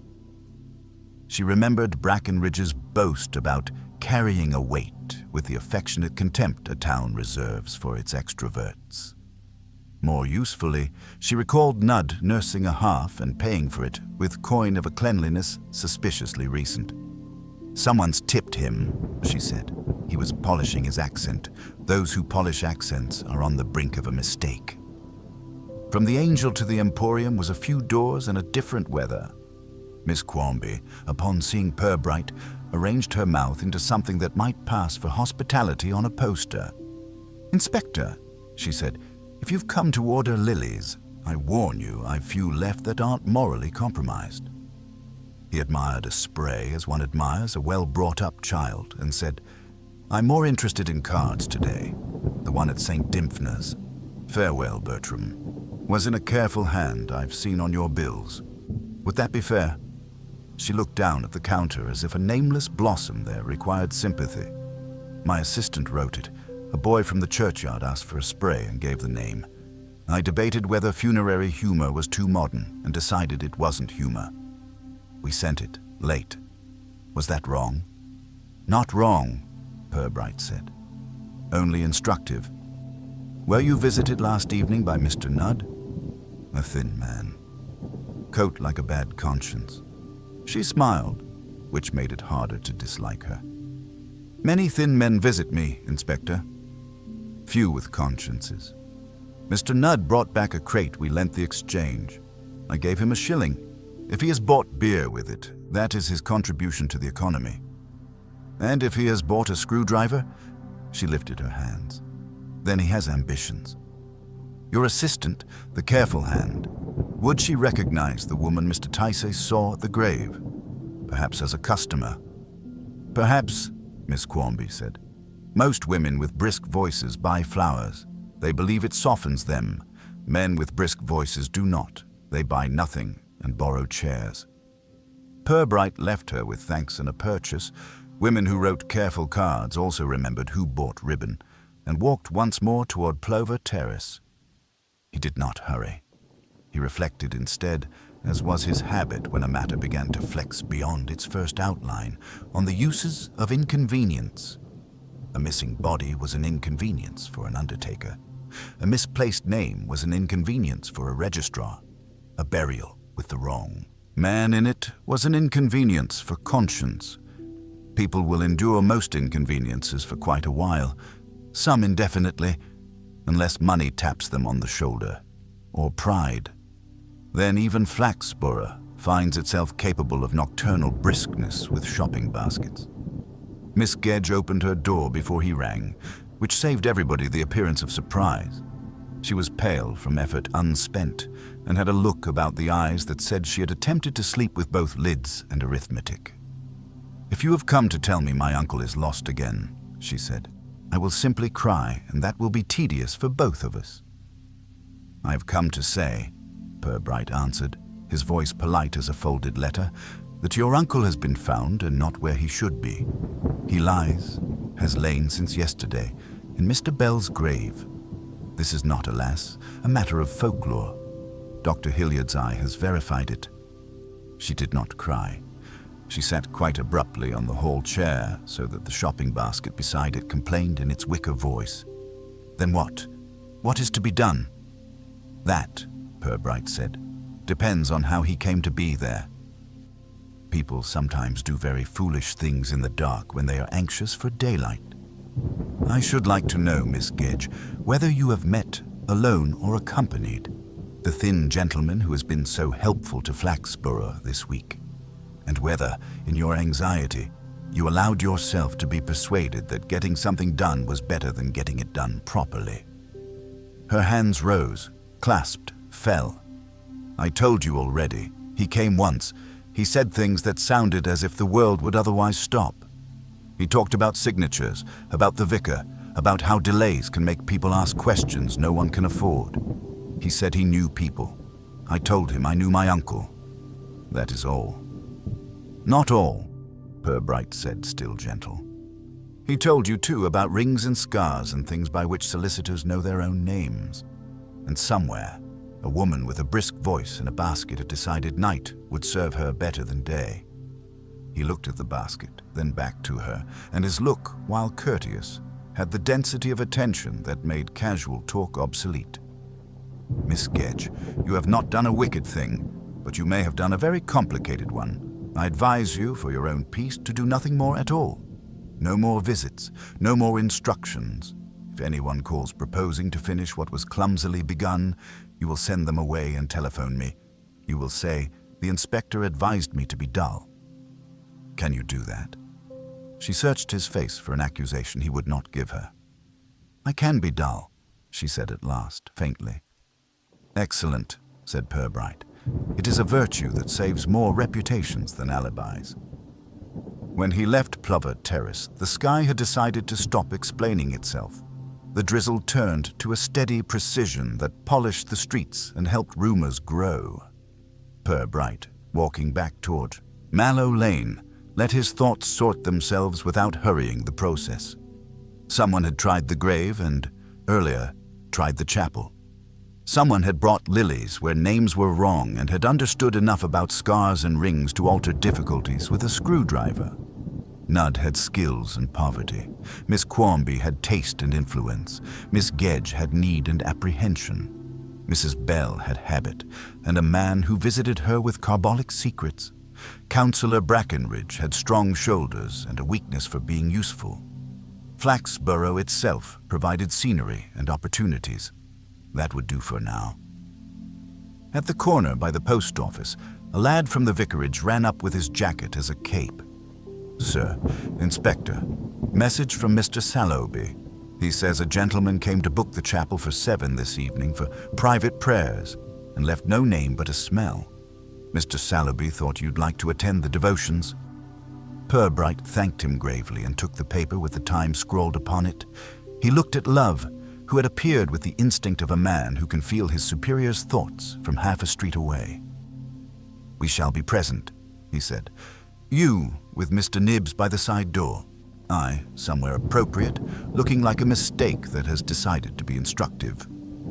He did not smile. He seldom did when he felt the town was about to show him its better hand. But his eyes held a mildness that in Flaxborough often meant someone else's evening would be brisk. The chapel at 7 in the evening resembled a careful thought, quiet, self-contained, and disinclined to be interrupted. Mr. Sallowby had withdrawn to his office with the air of a man who can put tragedy away in drawers if left alone. Mr. Nibbs, fetched from his devotions to hygiene, had stationed himself by the side door with a bunch of keys like a modest orchestra. Sergeant Love took up a position behind the chancel screen and looked, in the soft light, like an altarpiece that had decided to reconsider gluttony.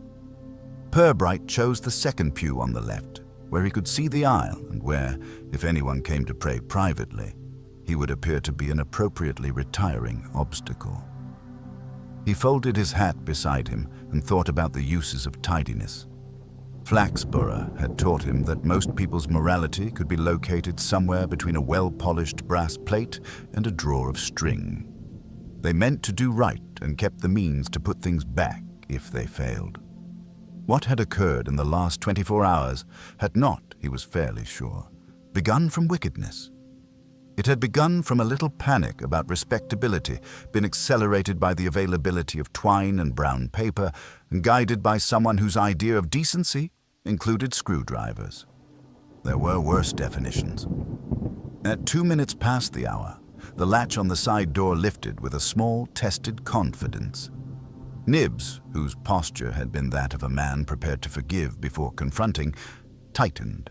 The door opened an inch. A thin face presented itself, listened with its eyes, and slipped in. Edgar Nudd closed the door carefully behind him, removed his hat as if to appease the air, and stood a second to let the chapel's hush acquaint itself with him. He carried a parcel under his arm, the same brown paper decency, tied with a flat knot that sat like an old habit. His coat, even at a distance, smelled faintly of soap that had attended better lives. He went down the aisle without looking left or right and set the parcel on the step near the bier. Then he did not at once touch anything.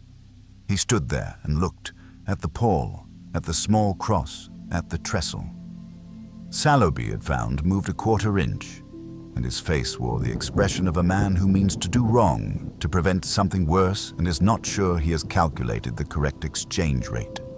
After a moment, he took from his pocket a screwdriver and turned it in his hand as one might test a word before trying it on a stranger.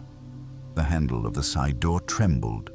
Nibbs's keys made a polite injunction, but the door opened anyway with a briskness that suggested it had been told not to prevaricate.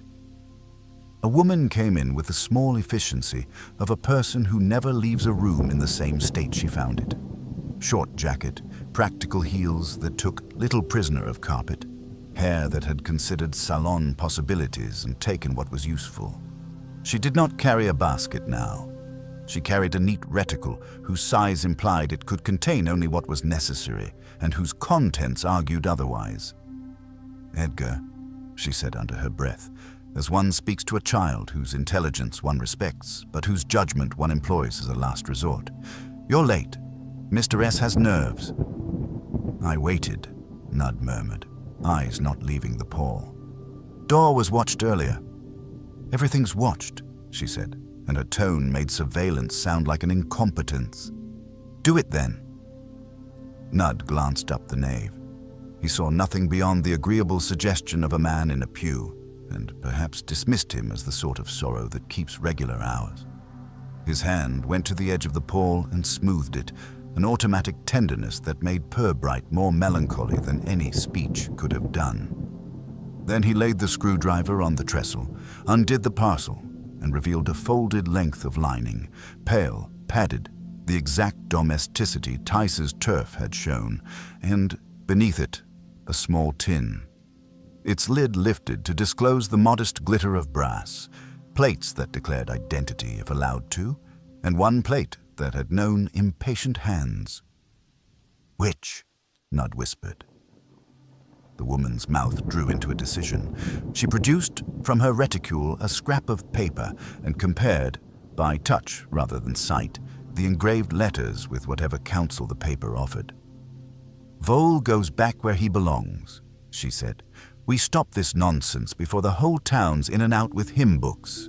Nudd's hand hovered. "And Belle?" "Belle is where he is for the moment," she said. "Mrs. B can be managed. She's not one of life's enthusiasts. But that girl, the niece, she will twitch the curtains off the rod and blame the dust. Put the pole straight and leave the door as you found it." Nudd, with the obedience of a man who has been given better orders than his own, began to loosen the nearest screws. He worked deftly, but every second screw his eyes lifted and his head tilted toward the aisle as if he could feel the inspector's attention on the nape of his neck. Purbright remained still. Love, behind the screen, did not shift more than conscience. Nibs stood in his patch of shadow with a key ready that would do nothing practical and a look that would do no harm. The woman did not help with the screws. She stood 2 paces off and watched the work with a concentration that suggested she had been trained in a different craft and had become expert in this one through repetition rather than love. Twice she made a small, impatient gesture with her fingers, a conductor's tick stopping an orchestra from anticipating its bar. "Who told you 7? Nudd asked suddenly, and though his voice was low, the screwdriver paused long enough to make the room feel honest. "The same person who told you to mind your steps," she said. "Don't ask names. Men always want names when time would do." "It were Mr. S. said, 'Private prayers,'" Nudd muttered, almost to himself. Didn't like saying it. Words didn't fit his mouth. "That," she said with a dry little breath that might have been almost affectionate for the undertaker, "is because they don't belong there."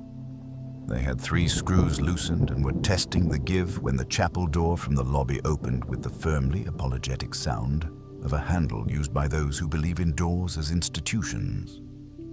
Mr. Sallowby stepped in and stopped, as if he had found someone moving his furniture and could not decide whether to tell them it was heavy. His eyes took in the screwdriver, the lining, the tin, the hands, the woman. He had time to produce the beginnings of "I beg your" before Purbright stood. "I imagine," the inspector said, his voice adopting the room's temperature, "that what is intended would be better discussed in other furniture. Mr. Nudd, you will set that down. Madame, you will stay exactly where decorum would expect you to." Nudd obeyed the first instruction as if it had offered him a holiday. The woman obeyed the second with the reluctance of someone who had never enjoyed sitting through anyone else's homily. Love emerged from behind the screen with the surprising quiet of a large man for whom stealth is a moral achievement. Nibs came forward 2 paces and, in a fine gesture of vocational triumph, pocketed the screwdriver. No one was handcuffed. That would have been an aesthetic outrage. Purbright led them into Sallowby's office, which received complications much as it received doctors and vicars, politely and without enthusiasm. "I'm not," the inspector said when they were all arranged, insensible to the attractions of order. "I sympathize with the desire to put back what Panic knocked crooked, but it is the police's melancholy privilege to distinguish between the kinds of untidiness that can be mended and the kind that must be confessed." He looked at the woman. "Your name, please." She considered the floor, found nothing there to help her, and lifted her chin. "Mrs. Clegg," she said. "If you mean to be exact, Euphemia Clegg. If you mean to be social, Mrs. Clegg will do." Sallowby made a small sound, half surprise, half the pleasure of a man who has just identified a silhouette. Mrs. Clegg's florals did not, after all, confine themselves to ribbons. "Mrs. Clegg," Purbright repeated, without warmth or reproach. "And Mr. Nudd, I know. Between you have possessed yourselves of our town's fear of embarrassment and put it to work. For whom?" Mrs. Clegg's eyes did not quite flash. They were too capable for that. But a light moved in them that suggested she had kept a committee in order for decades and found the police less interesting. "For the living," she said. "If you require a list, I can provide it and charge per name. There is the niece who will be ruined by delay and questions. There is the widow, who would rather sign papers in peace than entertain gossips. There is Mr. Sallowby, whose premises have been visited too often in 3 days for a town of this size. There is the vicar, who is exhausted by decency, and there is the exchange, which longs for its trestles to be entirely innocent again. And you, Purbright said mildly, where are you on your list? She offered him her hands to examine, capable, clean, with a small nick on the forefinger where ribbon wire had claimed victory. I dislike muddle. I dislike it especially where flowers are involved. People think flowers forgive everything. They do not. They merely don't speak. So yes, I prefer the living tidy and the dead correctly labeled. And Bell, Love asked, not unkindly, where do you put him while you're tidying the rest? Mrs. Clegg's mouth thinned. She looked at Nudd. Edgar has his uses. Nudd, who had been composed by necessity rather than by nature, spoke for the first time with feeling. I never moved a gentleman for fun, he said. Not in the infirmary, not here. When I did, it was because someone stood to be hurt worse if I left him where he lay. The old man Vole, well, the niece. She was near to cracking with all the peering over her net curtains. And Mrs. Bell, she's the sort that does the right thing but slowly. A day or two to let her sign. What does it matter to him? It matters, Sallowby said very quietly. Because he is a man, Mr. Nudd, not a parcel. And because we do not change names on people like labels on a jam jar. Jam jars, Mrs. Clegg returned with a dryness that almost smiled, are frequently better labeled than people. Purbright let the air rearrange itself. Here is what will not happen, he said. No more screws will be loosened. No more linings will be exchanged. No more lilies will be sent to the wrong names in the hope that flowers excuse arithmetic. Mr. Nudd, you will answer Sergeant Love's questions about where Mr. Bell is at this moment, where he has been since the exchange received Mr. Vole under the wrong card, and you will do so with the exactness you use for knots. Mrs. Clegg, you will do nothing at all. You will neither send messages nor receive them. You will neither advise nor impede. You will return to your carnations and your italic notices about stains, and you will be, for 2 days at least, the dullest woman in Flaxborough. 2 days? She said, not outraged, merely interrogative, as if inquiring the deadline for a competition. Enough, Purbright replied, for those who require to speak to do so without the assistance of neat-handed friends.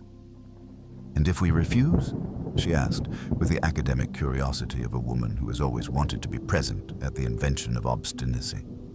Then, Purbright said, we shall have a scene, papers, statements, perhaps even the magistrate's interest, and all the town's tidy people will queue to observe how untidily the law arranges flowers. I'm not against scenes, they make good warnings, but I prefer conversations. She looked at him for a long beat, and then, in the manner of someone recognizing that a meeting has in fact reached any other business, nodded once. Very well. Nudd's assent was less elegant. I didn't mean to do harm, he said, a small, shriven thing. I'll talk if talking's the price. There's a place, by the old kiln off Thorny Lane. Dry as a bad conscience. I never put him in the water. I'm not a monster. Thank you, Purbright said. He did not allow relief to show. In Flaxborough, gratitude is a currency best kept small. Sergeant, take Mr. Nudd and Mr. Nibbs and do what decency and evidence require. No shouting, no lanterns, and as few remarks as possible. Mr. Sallowby, you will begin composing, privately, the letter you will read to 2 families tomorrow that says the town was foolish and the dead have been found wiser than the living. I shall visit Miss Gedge and Mrs. Bell this evening, not with scandal, but with caution. Mrs. Clegg, you will go home and practice being bored. He stepped back into the nave and allowed himself the rare luxury of lighting his pipe inside a building that had been designed to dislike smoke. The room accepted it, perhaps because it recognized that this too was a kind of prayer. he did not feel triumphant. He felt, as he frequently did when Flaxborough revealed how kindly it could misbehave, that the town had shown him its cupboard, and the cupboard contained decent table linen, an apron kept for best, and a single carefully folded rag to wrap mistakes in. Outside, the evening had become the sort that leaves reflections in puddles, good enough to be mistaken for decisions. He walked without haste toward Plover Terrace, thinking of Miss Gedge and the way her hands had not trembled when offered shame. He thought of Mrs. Bell, whose economy did not extend to deceit, but might accommodate delay, given an articulate visitor and a room where grief could be postponed. He thought, too, of Hester Quarmby and whether her admiration for arrangement had caused her to smile when Edgar Nudd offered his knots, or whether she had merely paid him because all this, like flowers, must be done by someone. These were not melodramatic thoughts. They were the sort that carry you past lamplight and make you nod to shadows as if they were neighbors. He would not hurry the end. People who are rushed into truth usually bring the wrong parts of it. Tomorrow would provide its own briskness. Tonight, he would ask two women the sort of questions that feel like kindness until they are answered, and then feel like a ledger. Somewhere behind him, on Mallow Lane, keys turned where they ought, and Mr. Sallowby's curtains fell back into their accustomed folds. In the yard beyond the chapel, the rain made a steady counsel. And by the canal, where bad conscience and good intentions often dry together, a narrow place waited to be emptied of a man whose name would presently be returned to him. The place by the old kiln was not a spot that asked to be remembered. Thorny Lane ran past it with polite indifference, a cart track kept alive by habit rather than need, and the kiln itself had taken up the practice of leaning against the years without inviting rescue. Nibs, who had no fondness for the open air beyond what a slab requires, went ahead with the dogged delicacy of a man attending to a long-closed drawer. Love followed, shoulders narrowed by awareness, and Nudd trod between them like a guilty thought that had asked to be escorted. "It's dry," Nudd said softly, as if the kiln might take offense. "Always has been. When the clay pits were working, they kept this end shored. Never floods. I wouldn't put a man where he'd... Well, I'm not a monster." Purbright did not answer. He let Nibs find the place. There is a way mortuary men look for what must be found, without rhetoric, with an economy that is almost reverent. It took little time. Cloth, tidy because Edgar Nudd believed in neatness even when his life did not, lay where he had assured them it would. They lifted carefully. Love's strength was curiously gentle. Nib's practicality made ritual where none had been provided. There was no triumph. There was the completion of a small, necessary shame. "Bell," Hilliard said, when called to the kiln with a briskness that declined to be surprised. He had come out without his coat, as though philosophy could be warmed by purpose. "Ring here. Yes, the brass pretense, and no scar." He looked once more and gave the grave nod of a man whose craft includes the accounting of particulars. "Very good. Return him to the sequence." Purbright stood a moment with his hand on the kiln's rough mouth, as one might rest a palm against a door that had kept something safely and is now being thanked for the favor. "Mr. Nudd," he said at last, "I am obliged to you for the exactness with which you answer a question when asked plainly. Sergeant Love will take down your account. He will not hurry you. Do not try to improve it. It will not benefit. You have done a foolish thing for reasons that are not despicable. Try to keep to that distinction."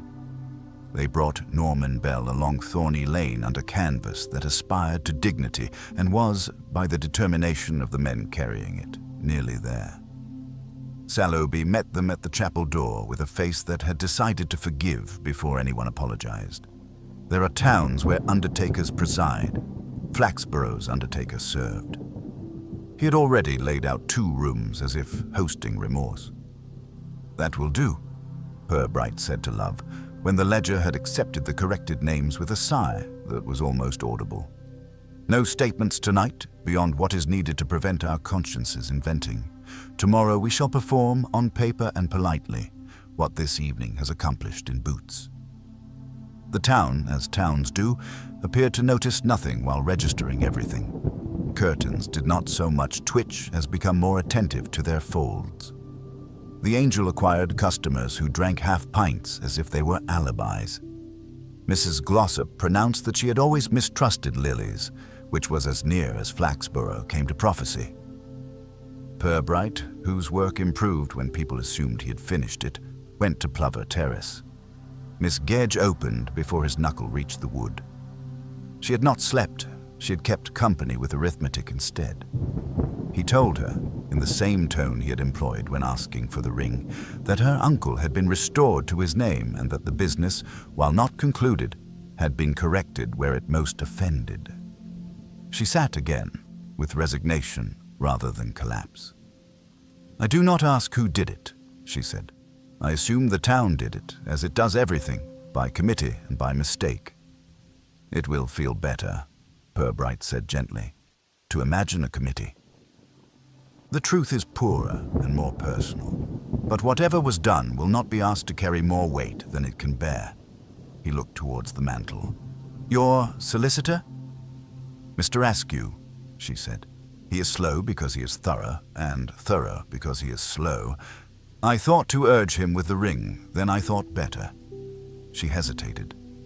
"Inspector, if there is blame to be gathered up, please wrap me in some of it. I told that thin man to leave me alone, but I told him late." "Late," Purbright said, "is a vice that ruins fewer lives than haste. Keep to late now, do nothing, see no one, and let tedium be your protection." He rose.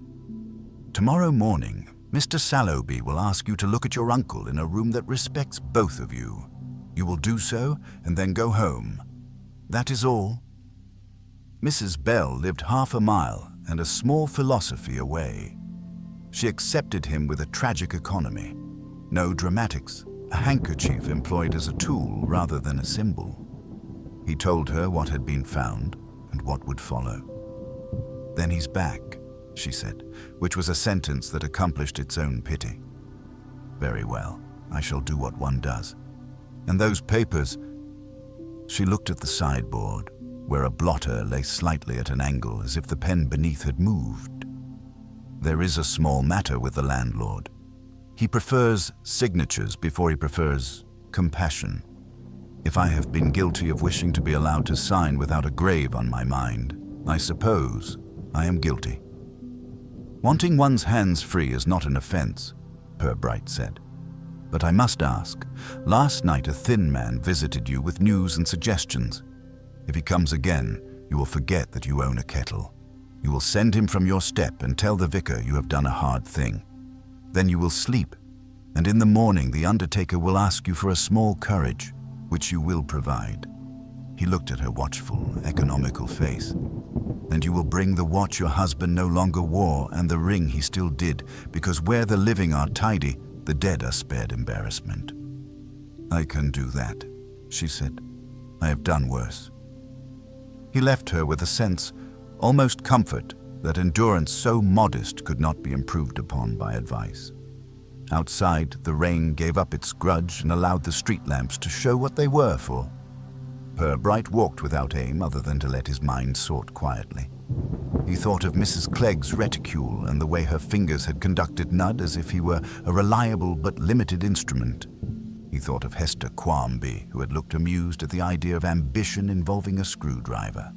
He thought, reluctantly, of Councillor Brackenridge, whose useful shoulders had been engaged at the wrong request and who might now wish to be absolved in public. He slept in a fashion that would not have impressed a doctor, and arrived at the station in time to discover that Superintendent Malley, having been freed from a late committee on road cones, had decided to be tolerant. "You may have your conversation," Malley said, as if granting a picnic, "but make it a conversation, not a concert. If this spreads beyond the chapel and the graveyard, you will write me a paragraph explaining why." "I shall, sir," Purbright said. "Compose something so genteel it will pass as devotion." He sent love with a note to Mrs. Clegg, inviting her, with the formality she enjoyed, to attend at Saloby's at 11 to assist in regularizing the arrangements. He sent another to Miss Quarmby, inquiring whether her assistant might be willing to confirm a handwriting that had lately addressed St. Dymphna's with commendable care. He sent none to Brackenridge. Invitations made him louder. By 10:30, the chapel had been tidied into a kind of conciliation. Saloby had contrived a small table in the outer room for tea, which is what respectable remorse requires to turn into minutes. Dr. Hilliard came again, because thorough men find untidiness addictive once engaged. The vicar brought a pen that did not blot. Mrs. Bell sat with her handbag as if it were a companion who might testify if asked. Miss Gedge arrived with the ring in its shabby box and the look of a woman determined to be present where her name was in danger of being tidied by others. Mrs. Clegg came at precisely 11, and at a pace that implied punctuality had been negotiated with the morning.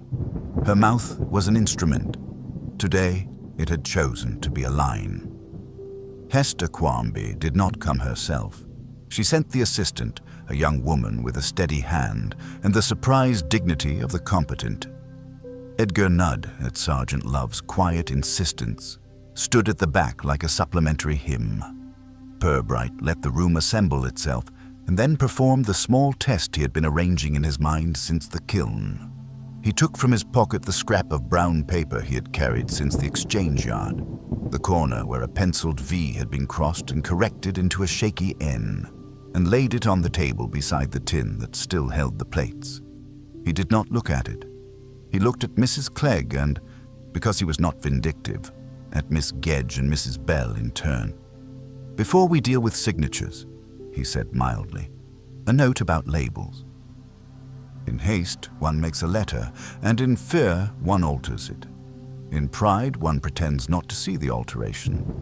This little square has all three. It is not important except that it instructs. It tells us that someone wanted the town to read a name other than the one the dead wore naturally, and that someone else did not want to be discovered doing so.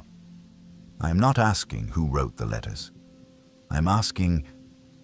And here he turned to the room with that polite inattentiveness he used when he needed everyone to try to be the first not to react. "Which of you, confronted by a registrar tomorrow, would be least happy to hear that the police had decided to invite comparisons from the pawn shop, the undertaker's box, and the florist's desk? There will be no ink, no powders, just eyeballs and temperaments." It was a harmless sentence. It landed with the quiet thud of a cushion and produced the exact consequence he had hoped for. Not confession, which ruins afternoons, but a movement of attention. Mrs. Bell's eyes went to her bag and then met his with resolution. Miss Gedge's hands tightened on the ring box as a prudent person grips a rail in a bus when someone ill-advised is driving. The assistant from the Emporium looked briefly at her fingers and then at Mrs. Clegg, and Mrs. Clegg, who had been arranged to find nothing impressive, glanced very quickly and in a way that would not have troubled anyone who did not specialize in politeness towards the doorway, as if calculating whether a man of public usefulness might arrive and soak up blame. "Thank you," Purbright said, as though they had all recited well. He turned to the practical business with a simplicity that would have done credit to a clerk. "Dr. Hilliard will confirm what he knows. Mr. Saloby will affix what was wrongly removed. Mrs. Bell, if you please, the ring. Miss Gedge, a look, no more. Then home. Miss Quarmby's assistant will satisfy us that the card at St. Dymphna's belongs where it did. We shall not ask who paid for the lilies, because lilies do not keep receipts.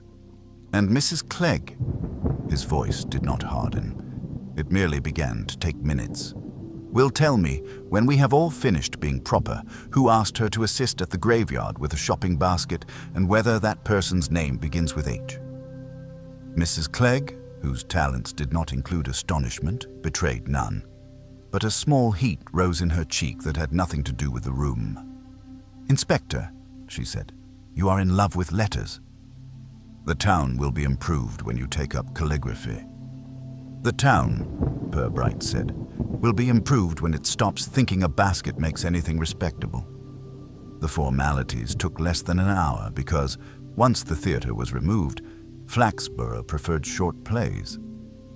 Mrs. Bell saw what she needed to see and held what she had brought. She cried, very quietly, in a way that made even Love consider his boots. Miss Gedge stood for a count of 20 and then went, leaving the ring with Saleeby because she had understood something about sentiment and evidence. The assistant from the Emporium compared the careful hand on Farewell Bertram with her own and said stoutly that it was hers. She had written what the boy from the churchyard had told her to write. The vicar composed a sentence that would comfort both families without explaining anything, which is the clerical art. When the room had thinned to the stubborn, Purbright performed the last movement of his little test. He sent Love with Nud to make a statement at the station and asked Saleeby and Hilliard to give them a moment. Then he turned back to Mrs. Clegg and did something he rarely did. He told a lie carefully designed to be true in effect. "Mrs. Clegg," he said conversationally, as if they were back among carnations, "I've asked Councillor Brackenridge to join us. I've told him that if the person who asked him to carry cloth and wood from the exchange yard would prefer the council not to hear how she subsequently supervised a little amateur exhumation, now would be an excellent time to relieve him of that burden. He will be here in 10 minutes. Do you wish me to leave the remark exactly as I gave it to him, or to alter it in a way that suits neither of you but offends nobody's sense of ceremony?" A less intelligent woman would have flared. Mrs. Clegg's cleverness expressed itself in resignation. "You may tell Mr. Brackenridge," she said, "that I asked him to move refuse because it offended me in its current location. You may add, if it spares his modesty, that I did not inform him what basket was for. And if you need the name you are angling for." She did not sigh. She exhaled in tension. "It is Hester Quarmby." She wanted the town spared a muddle in which she would otherwise be named as the person who put a coffin among lilies. I wanted the churchyard spared a visit from every idle pair of shoes in Flaxborough. Between us, we contrived to make work for you. You may congratulate yourself on the success. "Later," Purbright said, almost kindly. "For now, you will go home as promised and attempt to be dull. Miss Quarmby will be invited to lend her talents to the explanation, and I?" He reached for his hat, which had sat all morning like a judgment without malice. "I shall pay my respects to the registrar. It is time our records learned what our consciences discovered last night." He left Saleeby to practice the speech a town's undertaker must occasionally deliver, a short sermon in the language of apologies, and stepped out into a day that had at last chosen to be bright. The market square held its breath in the way places do when they sense they are about to be reassured. The Corn Exchange had a poster for an evening of amateur dramatics which, for once, would have difficulty competing with what had been achieved without tickets. It was not, Purbright thought as he went, a case to make anyone famous. It was a domestic confusion polished by decency until it became almost elegant. And yet, under the elegance, there was always what he listened for, that slight off note in human nature which, stroked by fear or pride, makes good people do secretly foolish things. He wondered, as he crossed toward the registrar's door, whether Miss Quarmby would try to arrange the truth into a more flattering shape, and whether Mrs. Clegg would resist a final flourish. He wondered whom the town would forgive and whom it would discuss. He did not wonder, because there was no need, whether the paperwork would be put right. Flaxborough believed in paperwork the way other places believed in miracles. He paused at the threshold and looked back along the street. Love was a block away with Nud, walking as if escorting someone to a train that would take him out of temptation for a while. A boy coasted past on a bicycle with deliberate innocence. In an upstairs window, net curtains remembered how to be curtains instead of witnesses. It would do. The next hour would be clerical. The hour after that would be lunch. And then, in the late afternoon, when people had grown bored of improvement, he would ask Hester Quarmby a very small, very particular question about who had paid for lilies to be late to a grave. He did not expect her to lie. He expected her to arrange the truth until it looked like her window. That, too, would be instructive. The registrar's office had the sound of pens deciding not to squeak. Purbright preferred that room for certain conversations because it made people conscious of their handwriting and therefore of their consciences.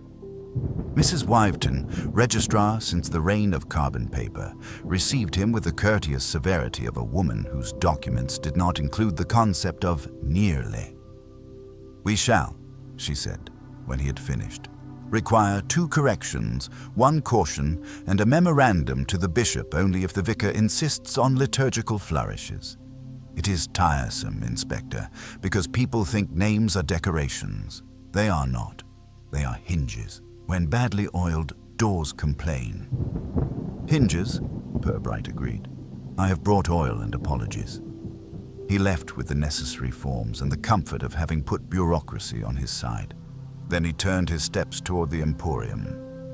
Miss Quarmby received him as if he were an arrangement that had been promised a particular corner. "Inspector," she said, "I am weary of lilies. If you plan to quote them to me, do it briskly." "I don't," Purbright replied. "Lilies can fend for themselves. I came to ask whether you paid for the spray that arrived late at St. Dymphna's yesterday. The handwriting was your assistant's, the ribbon yours. The decision to make it late, whose?" Hester Quarmby considered this as if he had offered her a choice between 2 symmetrical mistakes. "Mine," she said, after a fraction that belonged more to honesty than calculation. "I did not wish Mrs. Bell to see it. She is tidy in grief. She would have asked why Bertram had come to visit Norman. I paid because it is easier to argue with myself than with the treasurer." "And why?" Purbright asked mildly. "Did you wish the grave to look less attended than it was?" She paced a little behind the counter, an impatient, contained movement like a cat that has decided against the curtain. "Because this town would have enjoyed the wrong story for a week," she said. "Because Mrs. Clegg is municipal in her marrow and would have deputed somebody with a ruler to explain it. Because Edgar Nudd, who is good at the wrong things, had already done the worst of it, and I thought to encourage him to do the rest less noisily." "Who asked him to do the worst of it?" She looked at him properly then, and the expression suggested that she had expected to give this answer sooner or later and had hoped for later. "I did," she said. "He was at the back door, and the exchange was a muddle, and Mr. Sallowby was ashen with embarrassment, and Miss Gedge was being circled by women who use sympathy like knitting needles, and I said to Edgar, if this is to be solved, it will be solved by people who can lift things without writing minutes about it. He used to be deft, you know, when deftness was needed. He has little left he can do. So I told him to fetch what lay under the wrong plate and put it under the right earth. I did not tell him to hide Norman Bell. He did that himself, out of some wretched instinct to spare me the consequence. If you need me to say I meddled, I arrange. It is what I do. It is also, as you have discovered, sometimes a crime in small pieces. And the visits to the widow and the niece, those were Edgar's zeal? Not mine, she said very evenly. I am not so clumsy with women. Edgar thinks news is a tool that should be applied straight to the wood. I would have sent the vicar. Mrs. Clegg sent a basket. Mrs. Clegg sent a variety of things, Purbright said, including a counsellor. He paused, as if noticing an errant petal. There is also money. Edgar's half-pint last night had coins too clean for their companions. Yours? She lifted a shoulder, a small acknowledgement that managed to combine pride with regret. If you like, he had done a job. I paid him. I did not buy virtue. I bought silence until decency could catch up. That is not a noble sentence, Inspector. But then, lilies are not noble. They merely choose their lighting. He nodded and left her to her windows, which were honest enough not to disguise the wire in their stems. Outside, the market square wore the expression of a place trying to get back to normal and liking the drama more than it admitted. Councillor Brackenridge, stationed in front of the Corn Exchange like a sentry recruited by accident, hailed him with the air of a man forgiving an institution for not consulting him. I have heard, he announced, that you intend to regularize matters without a public inquiry. I suppose that will do if you insist on secrets. Only the kind that save shoe leather, Purbright said. Your contribution will be noted in the minutes of my head. He watched the counselor's face brighten at the possibility of being thanked, and then dim with the realization that the thanks might be invisible. Mrs. Clegg has spared you the difficulty of remembering who asked you to tidy the exchange yard. You may now decline all offers of employment not sanctioned by a procurement form.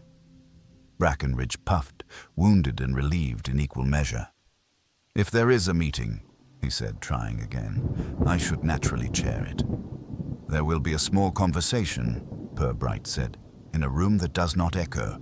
You would hate it.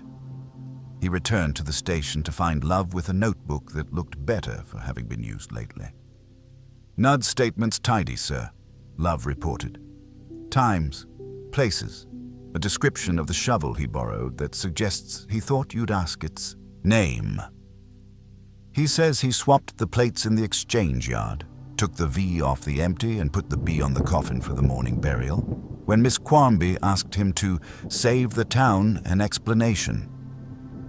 He went to the chapel later, while Merritt was fetching the vicar's text, to fetch Mr. Vole for the night's work. He says he carried alone because he couldn't find anyone to ask without confessing. It must have been like moving furniture with an oath. And Bell? He was already in his ground yesterday, Love said.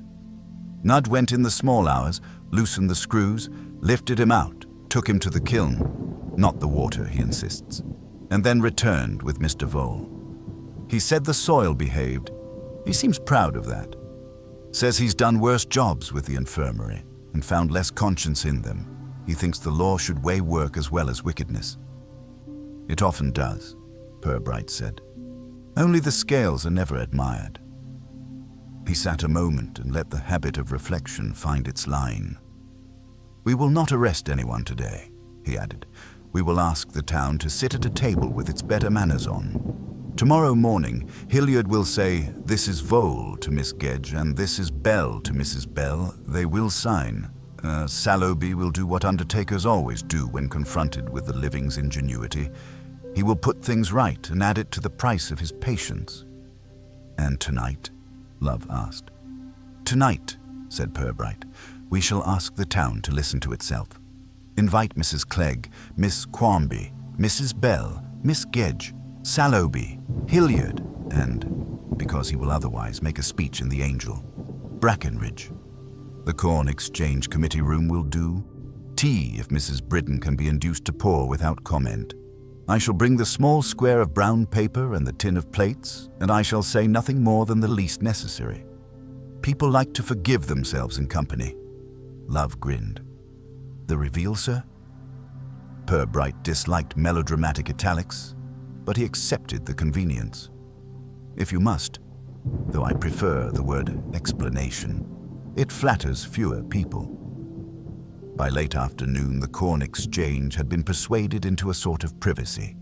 The committee room, with its photographs of mayors resembling each other in degrees of waistcoat, held a long table and the scent of decisions that had never entirely recovered from being made.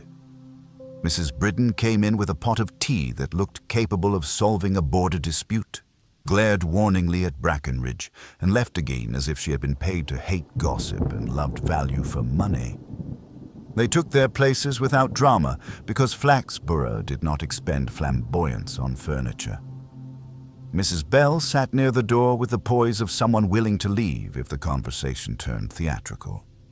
Miss Gedge sat straight, as if the chair might otherwise guess she was apprehensive.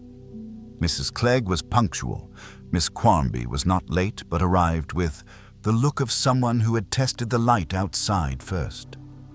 Sallowby brought a small dignity with him that the table found flattering.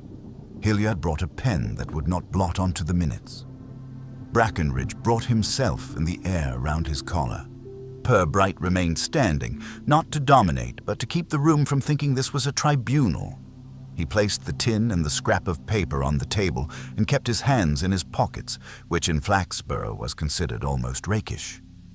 "We are here," he began, to put names back where their owners left them, and to make no more of that business than decency requires. Mr. Nudd has told us what he did. He will be dealt with by means that are unexciting. You will forgive him more quickly than the magistrate will, because you know, as I do, that work and worry often lead men into the wrong rooms. He lifted the tin briefly. These require no introduction. Mrs. Wiveton will have them reflected properly by morning. What remains is to understand why we have been running since yesterday, and call it, for our own comfort, a reason. He let the silence arrange itself. Then he looked, not at Nudd, who was absent by design, but at the two women who had caused the town to move without quite admitting it. "Mrs. Clegg," he said, "you dislike muddle and have served that dislike admirably for years. You saw a muddle and attempted to tidy it with tools to hand. Miss Quarmby, you dislike being laughed at by municipal minds and sought to prevent Mrs. Clegg from organizing your embarrassment into a minute's item. Between you, you asked a man who once prided himself on his neatness to do a job for which he was, in the moral sense, overqualified." He smiled, but only with the corner of his mouth. "Mrs. Bell, you wished not to sign papers over a grave without your hand shaking. Miss Gedge, you wished not to be pulled by the elbows into poverty while your uncle's name lay waiting for stamps. None of you wished harm, all of you invited it. Flaxborough has that habit. It hires calamity part-time and then asks why the accounts do not balance. They bore this with varying degrees of patience. Mrs. Bell looked into her handbag for 10 seconds and then put it back on the table, resolved. Miss Gedge blinked once in a way that suggested tears had been considered and dismissed on grounds of cost. Mrs. Clegg's mouth, that versatile instrument, settled into the line that subcommittees obey. Hester Quarmby tilted her head as if to admire a phrase she had not arranged. "Therefore," Purbright said quietly, "we shall not prosecute zeal. We shall, however, make a record that Edgar Nudd, encouraged by two ladies of taste and duty, removed Mr. Bell and substituted Mr. Vole in the grave marked for Mr. Bell, and that he did so after mislabeling an empty coffin in the exchange yard. That his intention was to hurry the town past embarrassment. That his understanding of consequence was flawed. That no money changed hands beyond what can be explained by labor and vanity. That no person now wishes to repeat the experiment, and that tomorrow both families will be asked to identify their dead with the dignity they deserved last week." He looked at Brackenridge last, because saving him for pudding made him complacent. "And, Councillor, you will convey to your Drainage Committee that, for once, a misdirection in Market Street did not contribute to flooding. They drank tea because there was nothing else sensible to do. Hilliard, who did not much care for tea, drank it anyway, out of respect for the town as a patient.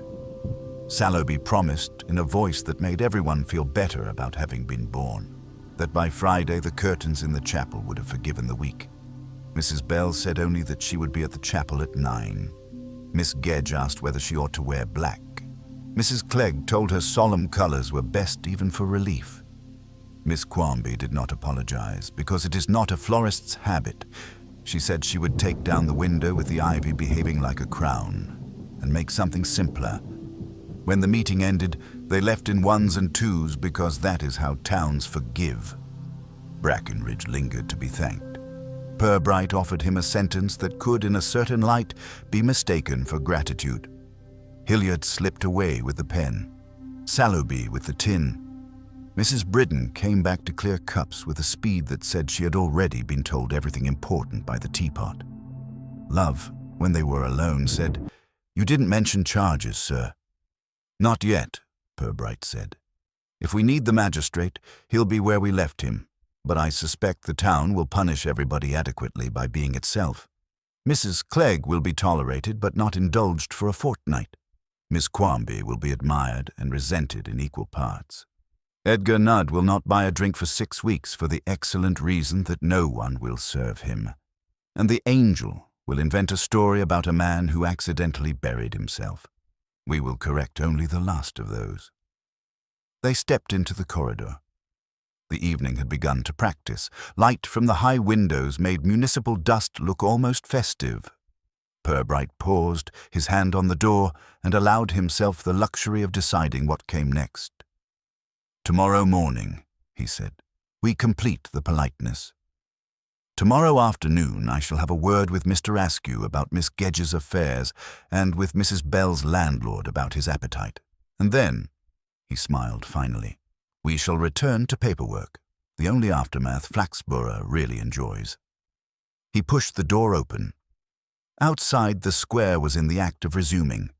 A boy on a bicycle practiced not colliding with fate. The floral posters had begun to curl modestly at the corners. Somewhere a woman told another that she had always thought signet rings were proud, and another woman replied that rings mind their own business if left alone. It was the sound of a town relieved to have its mistake converted into a lesson. Purbright listened a moment and then went to tell Mr. Sallowby that, all being well, the morning would be unremarkable. He liked the word. It was Flaxborough's favorite. Inspector Purbright's office at the Flaxborough police station was not by any measure designed for drama. The square of carpet that bore the imprint of his desk legs had faded into a lighter shade than the rest, and the framed print of a steamboat on the Trent still hung stubbornly crooked despite years of gentle correction. It was therefore an odd setting for the slow unveiling of a matter that had absorbed so much of the town's nervous conversation for the past fortnight. Yet Purbright, seated comfortably with his hands folded on the blotter, seemed to think the ordinariness of the surroundings lent the whole business precisely the note of balance it deserved. Across from him sat Mrs. Cribble, face pale beneath her customary dusting of pink powder, her handbag clamped to her lap like an emergency ration tin. At her side was Councillor Teal, visibly irritated at having been summoned, though his irritation expressed itself in heavy sighs rather than open protest. Dr. Hilliard occupied the last chair, ramrod straight, his expression that of a man politely enduring a lecture on temperance at a wine tasting. Purbright regarded them all kindly, as though they were part of a tea circle to whom he was about to deliver an anecdote of slight amusement. "I asked you here," he began, "because it seemed the decent thing to put an end to conjecture. The town has made quite enough sport of the coffin in the churchyard, empty though it was." Mrs. Cribble emitted a muffled groan and fished for her handkerchief. Teal glanced impatiently at his watch. Dr. Hilliard cleared his throat as if preparing to deny some charge in advance. Purbright continued with steady patience. "When we found that the coffin buried for poor Mr. Smeaton contained nothing more than a pair of his gardening gloves and an out-of-date gas bill, there was understandably some consternation. The initial suspicion fell, as such things often do, upon those who had recently been in closest contact. Which is to say, you, Doctor, Hilliard, as the certifier of death, and you, Mrs. Cribble, as the neighbour who claimed to have seen him collapse. As for you, Councillor Teal, your enthusiastic insistence upon a rapid funeral gave cause to wonder whether you sought speed for reasons beyond municipal efficiency." Hilliard's nostrils flared, but he said nothing. "The truth," Purbright went on, "is not quite so lurid as the gossips have enjoyed imagining. Mr. Smeaton, as we now know from his landlady in Lincoln, is alive and, for the time being, in rather less need of burial than he supposed." Mrs. Cribble gasped. Teal muttered something unflattering about imbeciles. Hilliard's posture stiffened further, which seemed hardly possible. "He disappeared," Purbright said, "because he feared disgrace more than death. The old railway pension had been found wanting. He had invested what little savings he possessed into a venture of Councillor Teal's acquaintance, one that, alas, proved both unwise and legally precarious. He imagined bankruptcy and public shame. Mrs. Cribble, it seems, was persuaded by him to attest to a fainting fit. Dr. Hilliard, already more than a little weary of the man's constant imaginary ailments, supplied a certificate of death with a speed that I dare say would not have been acceptable in a teaching hospital. Councillor Teal, knowing what scandal might ensue if Smeaton's financial dealings became public, urged a swift and discreet funeral. Thus, a coffin went into the ground, but one empty of all but trifles. Purbright allowed the silence that followed to linger, a silence in which each of the three furnished their own private self-indictments. "It was," he resumed at length, "an arrangement of convenience rather than conspiracy. Each of you thought you were sparing yourselves or the town an awkwardness. Instead, you produced a larger one. Mr. Smeaton himself, who has now been located and coaxed into a less theatrical solution to his difficulties, will be persuaded to face them properly. He has, I may say, expressed a certain relief at the prospect." Mrs. Cribble wept noiselessly. Tail began rehearsing in his mind statements of complete ignorance suitable for the next council meeting. Hilliard looked as though the episode might hasten his application for retirement. Purbright leaned back. "I have no intention of pressing for proceedings that would serve only to excite the more scurrilous pages of the County Chronicle. It is enough that you recognize, as I think you do, the foolishness of permitting human vanity and convenience to trifle with the solemnities of death. The rector has agreed that the coffin may be quietly removed and its contents consigned to the parish furnace. A proper space shall be left vacant for Mr. Smeaton when, in the natural and verifiable course of things, he one day requires it." He rose, signaling the end of the matter. The three visitors departed, each in their own cloud of discomfort. Later, as dusk drew its long shadows across the market square, Purbright stood by his office window, watching the people pass along the pavement outside. The draper's assistant laughing with the delivery boy, Mrs. Gloss the postmistress balancing a basket, old Mr. Perks taking his evening shuffle to the public house. The town had already begun its steady absorption of the scandal, reshaping it into anecdotes fit for telling at the grocer's counter or the snug of the hand and racket. Tomorrow the coffin would be gone, and soon after, so too would the memory of its mystery. Purbright returned to his desk, lifted a sheaf of routine reports, and began to read with his usual mild patience.